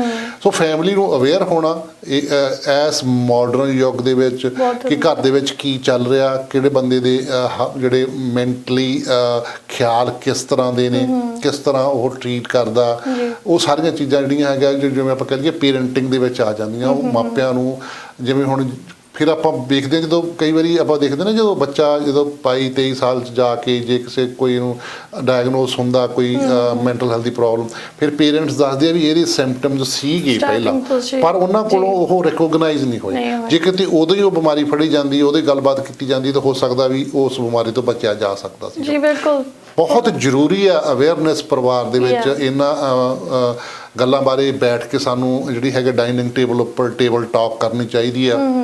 ਇਹਨਾਂ ਵਿਸ਼ਿਆਂ ਦੇ ਉੱਪਰ ਸਾਨੂੰ ਗੱਲਬਾਤ ਕਰਨੀ ਚਾਹੀਦੀ ਆ। ਸੋ ਇੱਕ ਕੁਐਸਚਨ ਹੋਰ ਸੀਗਾ, ਜਦੋਂ ਆਪਣੇ ਕੋਲੇ ਕਾਉਂਸਲਿੰਗ ਵਾਸਤੇ ਜਦੋਂ ਆਉਂਦੇ ਹੈਗੇ ਆ ਤੁਹਾਡੇ ਕੋਲੇ ਪੇਸ਼ੈਂਟ ਜਿਹੜੇ ਹੈਗੇ ਆ, ਉਹਨਾਂ ਦੇ ਮੇਨ ਕੰਸਰਨ ਕੀ ਹੁੰਦੇ ਆ, ਮੇਨ ਕੁਐਸਚਨ ਉਹ ਕੀ ਪੁੱਛਦੇ ਆ ਤੁਹਾਡੇ ਕੋਲੋਂ? ਕਿਉਂਕਿ ਮੈਨੂੰ ਲੱਗਦਾ ਕਾਮਨ ਹੋਣਗੇ ਉਹ ਸਾਰਿਆਂ ਦੇ। ਸੋ ਕਾਮਨ ਜੇ ਕੁਐਸਚਨ ਕਿਹੜੇ ਪੁੱਛੇ ਜਾਂਦੇ ਆ ਤੁਹਾਡੇ ਕੋਲ? ਸੋ ਮੋਸਟਲੀ ਜਿਹੜੇ ਕੁਐਸਚਨਸ ਮੈਨੂੰ ਕੀਤੇ ਜਾਂਦੇ ਆ, ਇੱਕ ਤਾਂ ਇਹੀ ਹੁੰਦਾ ਸਭ ਤੋਂ ਪਹਿਲਾਂ ਕਿ ਇਹ ਸਾਰੀਆਂ ਚੀਜ਼ਾਂ ਜੋ ਮੈਂ ਤੁਹਾਨੂੰ ਦੱਸਣੀਆਂ ਨੇ ਕਿ ਤੁਸੀਂ ਕਿਸੇ ਨੂੰ ਤਾਂ ਨਹੀਂ ਦੱਸੋਗੇ। ਬਹੁਤ ਹੀ ਕਾਮਨ ਜਿਹਾ ਕੁਐਸਚਨ ਹੁੰਦਾ ਹੈ ਹਾਲਾਂਕਿ ਉਹ ਆਪਾਂ ਝਿਜਕ ਹੁੰਦੀ ਹੈ, ਕੌਨਫੀਡੈਂਸ਼ੀਅਲਟੀ ਔਰ ਪ੍ਰਾਈਵੇਸੀ ਪਹਿਲਾਂ ਸਾਈਨ ਕਰਦੇ ਆ ਆਪਾਂ ਵੀ ਆ ਸਾਡਾ ਆਪਾਂ ਤੇਰੇ ਨਾਲ ਸਾਰਾ ਓਰੀਐਂਟੇਸ਼ਨ ਪੈਕੇਜ ਪ੍ਰੋਪਰ ਡਿਲੀਵਰ ਕੀਤਾ ਜਾਂਦਾ ਉਹਨਾਂ ਨੂੰ, ਉਹਦੇ 'ਚ ਸਾਰਾ ਕੁਝ ਲਿਖਿਆ ਹੁੰਦਾ। ਪਰ ਮੇਰੇ ਅਕੋਰਡਿੰਗ ਬਹੁਤ ਹੀ ਰੇਅਰ ਹੋਣਗੇ ਜਿਹੜੇ ਪੜ੍ਹਦੇ ਨੇ ਉਸ ਚੀਜ਼ ਨੂੰ ਕਿਹਦੇ 'ਚ ਲਿਖਿਆ ਕੀ ਆ, ਦੇ ਜਸਟ ਅਸੈਪਟਡ ਕਿ ਹਾਂ ਸਾਨੂੰ ਮਿਲ ਗਿਆ, ਸਾਈਨ ਇਟ ਐਂਡ ਭੇਜ ਦਿੰਦੇ ਆ। ਤੇ ਫਿਰ ਉਹਨਾਂ ਦਾ ਇੱਕੋ ਹੀ ਕੁਐਸਚਨ ਹੁੰਦਾ ਕਿ ਕਿਸੇ ਨੂੰ ਦੱਸੋਗੇ ਤਾਂ ਨਹੀਂ, ਜਾਂ ਫਿਰ ਉਹਨਾਂ ਦੇ ਮਨ 'ਚ ਇਹ ਹੁੰਦੀ ਆ ਕਿ ਜੇ ਮੈਂ ਦੱਸਦਾ ਤਾਂ ਮੇਰੇ ਲਈ ਜੱਜ ਤਾਂ ਨਹੀਂ ਹੋਊਗੀ ਕੋਈ ਚੀਜ਼। ਮਤਲਬ ਉਹਨਾਂ ਨੂੰ ਇਹ ਹੁੰਦਾ ਕਿ ਬਸ ਮੇਰਾ ਦਿਲ ਨਹੀਂ ਲੱਗ ਰਿਹਾ, ਮੈਨੂੰ ਆਹ ਚੀਜ਼ ਦਾ ਇਸ਼ੂ ਆ, ਜਾਂ ਫਿਰ ਉਹ ਕਹਿਣਗੇ ਕਿ ਮੈਨੂੰ ਇਦਾਂ ਲੱਗਦਾ ਕਿ ਮੇਰੀ ਗਲਤੀ ਸੀ। ਗਲਤੀ ਕਿੱਥੇ ਸੀ, ਕਿਸ ਚੀਜ਼ ਦੀ ਸੀ, ਮੈਨੂੰ ਨਹੀਂ ਪਤਾ। ਸੋ ਟੈਕਨੀਕਲੀ ਉਹਨਾਂ ਦੇ ਜਿਹੜੇ ਅੰਦਰ ਇੱਕ ਗਿਲਟ ਹੁੰਦੀ ਆ ਕਿ ਜੇ ਮੈਂ ਹੁਣੇ ਦੱਸਦੀ ਤਾਂ ਹੋ ਸਕਦਾ ਕਿ ਮੈਨੂੰ ਜੱਜ ਕੀਤਾ ਜਾਵੇ, ਜਾਂ ਫਿਰ ਉਹਨਾਂ ਨੂੰ ਖੁਦ ਨੂੰ ਹੀ ਸ਼ਰਮ ਹੁੰਦੀ ਹੈ ਕਿ ਮੈਂ ਦੱਸਾਂ ਕਿੱਦਾਂ ਕਿ ਮੈਂ ਆਹ ਗਲਤੀ ਕੀਤੀ ਆ। ਤਾਂ ਇਹ ਕਾਮਨ ਜਿਹੇ ਕੁਐਸਚਨ ਹੁੰਦੇ ਆ, ਬਹੁਤ ਹੀ ਮੈਨੂੰ ਲੱਗਦਾ 90% ਪੀਪਲ ਇਹੀ ਕੁਐਸਚਨ ਸਾਨੂੰ ਕਰਦੇ ਆ ਨਾ ਕਿ ਮੈਂ ਦੱਸਿਆ ਨਹੀਂ ਜਾ ਰਿਹਾ ਮੈਡਮ, ਇਦਾਂ ਹੋ ਨਾ ਹੋ ਜੇ, ਤੁਸੀਂ ਕੀ ਸੋਚੋਗੇ। ਲਾਈਕ ਅਸੀਂ ਉੱਥੇ ਸੋਚਣ ਨੂੰ ਥੋੜੀ ਬੈਠੇ ਆ। ਹੁਣ ਜੇ ਤੁਸੀਂ ਦੱਸੋਗੇ ਹੀ ਨਹੀਂ, ਸਾਨੂੰ ਪਤਾ ਕਿੱਦਾਂ ਲੱਗੇਗਾ ਨਾ। We are here to support you. ਤਾਂ ਸਭ ਤੋਂ ਪਹਿਲਾਂ ਇਹੀ ਕਲੀਅਰ ਕੀਤਾ ਜਾਂਦਾ ਕਿ ਤੁਸੀਂ ਸਾਡੇ ਨਾਲ ਕੌਨਫੀਡੈਂਸ਼ੀਅਲਿਟੀ ਦਾ ਫਾਰਮ ਸਾਈਨ ਕੀਤਾ ਆ, ਤੁਹਾਡੇ ਕੰਸੈਂਟ ਤੋਂ ਬਿਨਾਂ, ਤੁਹਾਨੂੰ ਪੁੱਛੇ ਬਿਨਾਂ ਅਸੀਂ ਕਦੇ ਵੀ ਕੋਈ ਚੀਜ਼ ਰਿਲੀਜ਼ ਕਰਾਂਗੇ ਹੀ ਨਹੀਂ। ਤਾਂ ਉਹ ਚੀਜ਼ਾਂ ਦਾ ਬਹੁਤ ਫਰਕ ਪੈਂਦਾ ਉੱਥੇ ਜਾ ਕੇ। ਤੇ ਆਮ ਗਲੈਡ ਕਿ ਜਿਹੜੇ ਫਾਰਮਸ ਹੁੰਦੇ ਰਿਟਨ 'ਚ ਹੁੰਦੇ ਨੇ, ਤੇ ਅਸੀਂ ਵੀ ਉਸ ਚੀਜ਼ ਨੂੰ ਫੇਕ ਨਹੀਂ ਕਰ ਸਕਦੇ ਕਿ ਨਹੀਂ ਅਸੀਂ ਇਹ ਚੀਜ਼ ਨਹੀਂ ਕਰਦੇ। ਉਹਨਾਂ ਦੇ ਸਾਹਮਣੇ ਹੁੰਦੇ ਨੇ ਸਾਰੇ ਦੇ ਸਾਰੇ ਉਹ, ਤੇ ਐਟਲੀਸਟ ਉਹਨਾਂ ਨੂੰ ਪਤਾ ਲੱਗ ਜਾਂਦਾ ਕਿ ਨਹੀਂ ਹੁਣ ਮੇਰੇ ਕੋਲ ਰਿਟਨ ਦੇ ਵਿੱਚ ਆ। ਤੇ ਜੇ ਕੁਝ ਵੀ ਇਦਾਂ ਦਾ ਹੁੰਦਾ ਆ, ਸਾਡੇ ਆਈਡੀ ਕਾਰਡ ਸਾਡੇ ਸਾਹਮਣੇ ਹੁੰਦੇ ਨੇ। ਈਵਨ ਤੋਂ ਤੁਸੀਂ ਇਹ ਵੀ ਦੇਖਿਓ ਕਿ ਆਪਾਂ ਹਮੇਸ਼ਾ ਪਾ ਕੇ ਰੱਖਦੇ ਉਹਨਾਂ ਨੂੰ, ਰਾਈਟ ਵੇ ਤੁਸੀਂ ਕੈਪਚਰ ਕਰੋ ਨੇਮ ਕੀ ਆ। ਇੱਥੇ ਤਾਂ ਕੈਨੇਡਾ 'ਚ ਇੰਨੀ ਕੀ ਈਜ਼ੀ ਚੀਜ਼ ਹੈ ਕਿ ਫੀਡਬੈਕ ਮਿੰਟ 'ਚ ਪੈ ਜਾਂਦੀ ਹੈ, ਤੇ ਫੀਡਬੈਕ ਦੇ ਬੇਸਿਸ ਦੇ ਉੱਤੇ ਸਾਡੇ ਲਾਇਸੈਂਸ ਤੱਕ ਕੈਂਸਲ ਹੋ ਜਾਂਦੇ ਨੇ, ਰਾਈਟ। ਸੋ ਇਦਾਂ ਦੀ ਗਲਤੀ ਕੋਈ ਵੀ ਕਾਉਂਸਲਰ ਨਹੀਂ ਕਰੂਗਾ। ਤੇ ਇਹ ਚੀਜ਼ ਹਮੇਸ਼ਾ ਮਾਈਂਡਫੁਲ ਰਹਿਣਾ ਪੈਂਦਾ ਆ, ਤੇ ਉਹਨਾਂ ਨੂੰ ਵੀ ਇਹ ਚੀਜ਼ ਤੋਂ ਬਿਲਕੁਲ ਬੇਫਿਕਰ ਹੋ ਕੇ ਆਉਣਾ ਚਾਹੀਦਾ ਹੈ ਕਿ ਜੇ ਬੰਦਾ ਇੱਕ ਪ੍ਰੋਫੈਸ਼ਨਲ ਸਟੱਡੀ ਕਰਕੇ ਬੈਠਾ ਹੋਇਆ ਤਾਂ ਉਹ ਕਿਉਂ ਬੈਠੂਗਾ। ਜੀ ਬਿਲਕੁਲ, ਬਹੁਤ ਬਹੁਤ ਮਿਹਰਬਾਨੀ ਨਵਜੋਤ ਤੁਹਾਡਾ ਸਮਾਂ ਕੱਢਣ ਲਈ। ਔਰ ਜਿਸ ਤਰ੍ਹਾਂ ਅਸੀਂ ਗੱਲਬਾਤ ਕੀਤੀ ਹੈ ਕਿ ਜੇਕਰ ਮੈਂਟਲ ਹੈਲਥ ਇਸ਼ੂਜ਼ ਹੈਗੇ ਨੇ, ਲੱਗਦਾ ਡਾਇਗਨੋਸ ਹੋਇਆ ਚਾਹੇ ਨਹੀਂ ਹੋਇਆ, ਆਪਾਂ ਚੈੱਕਅਪ ਕਰਾ ਸਕਦੇ ਹਾਂ, ਪਰ ਜੇ ਡਾਇਗਨੋਸ ਹੋਇਆ, ਡਾਕਟਰ ਨੇ ਆਪਾਂ ਨੂੰ ਕੋਈ ਮੈਡੀਸਨ ਦਿੱਤੀ ਹੈ ਤਾਂ ਮੈਡੀਸਨ ਵੀ ਆਪਾਂ ਨੂੰ ਲੈਣੀ ਚਾਹੀਦੀ ਹੈ, ਔਰ ਨਾਲ ਦੀ ਨਾਲ ਜਿਹੜੀ ਹੈਗੀ ਆ ਕਾਉਂਸਲਿੰਗ ਕਹਿ ਜਿਹੜੀ ਕੋਈ ਗਾਈਡੈਂਸ ਹੈ ਇੱਕ ਤਰੀਕੇ ਦੇ ਨਾਲ ਵੀ ਆਪਾਂ ਇਸ ਸਾਰੇ ਕਾਸੇ ਦੇ ਵਿੱਚੋਂ ਬਾਹਰ ਕਿਵੇਂ ਨਿਕਲ ਸਕਦੇ ਹਾਂ। ਜੀ ਔਰ ਜਿਹੜੀ ਵਧੀਆ ਗੱਲ ਇਹ ਹੈ ਕਿ ਸਾਰੀਆਂ ਬਿਮਾਰੀਆਂ ਦੇ ਇਲਾਜ ਹੈਗੇ ਆ ਨਵਜੋਤ ਜੀ।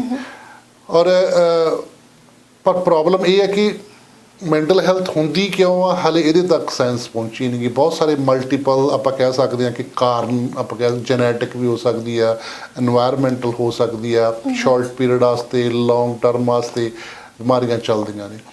ਪਰ ਜਿਹੜੀ ਵਧੀਆ ਗੱਲ ਜਿਵੇਂ ਮੈਂ ਕਿਹਾ ਇਹ ਹੈ ਕਿ ਹਰ ਇੱਕ ਬਿਮਾਰੀ ਦਾ ਇਲਾਜ ਹੈਗਾ। ਉਹਦੇ ਵਾਸਤੇ ਡਾਕਟਰ ਨੂੰ ਕਈ ਵਾਰੀ ਮੈਡੀਸਨ ਵੀ ਚੇਂਜ ਕਰਨੀ ਪੈਂਦੀ ਹੈ, ਕਈਆਂ ਦੇ ਸਾਈਡ ਇਫੈਕਟ ਹੁੰਦੇ ਆ, ਕਈਆਂ ਦੇ ਨਹੀਂ ਹੁੰਦੇ। ਤੁਸੀਂ ਜਿਹੜੀ ਇਹ ਤੁਹਾਨੂੰ ਓਨੈਸਟਲੀ ਸਾਡਾ ਜਿਹੜਾ ਡਾਕਟਰ ਦੇ ਨਾਲ ਹੈਗੀ ਜਿਹੜੀ ਉਹ ਗੱਲਬਾਤ ਜਾਰੀ ਰੱਖਣੀ ਪੈਂਦੀ ਹੈ। ਸੋ ਇਸੇ ਆਸ ਦੇ ਨਾਲ ਕਿ ਅੱਜ ਦਾ ਪ੍ਰੋਗਰਾਮ ਤੁਹਾਨੂੰ ਚੰਗਾ ਲੱਗਿਆ ਹੋਵੇਗਾ।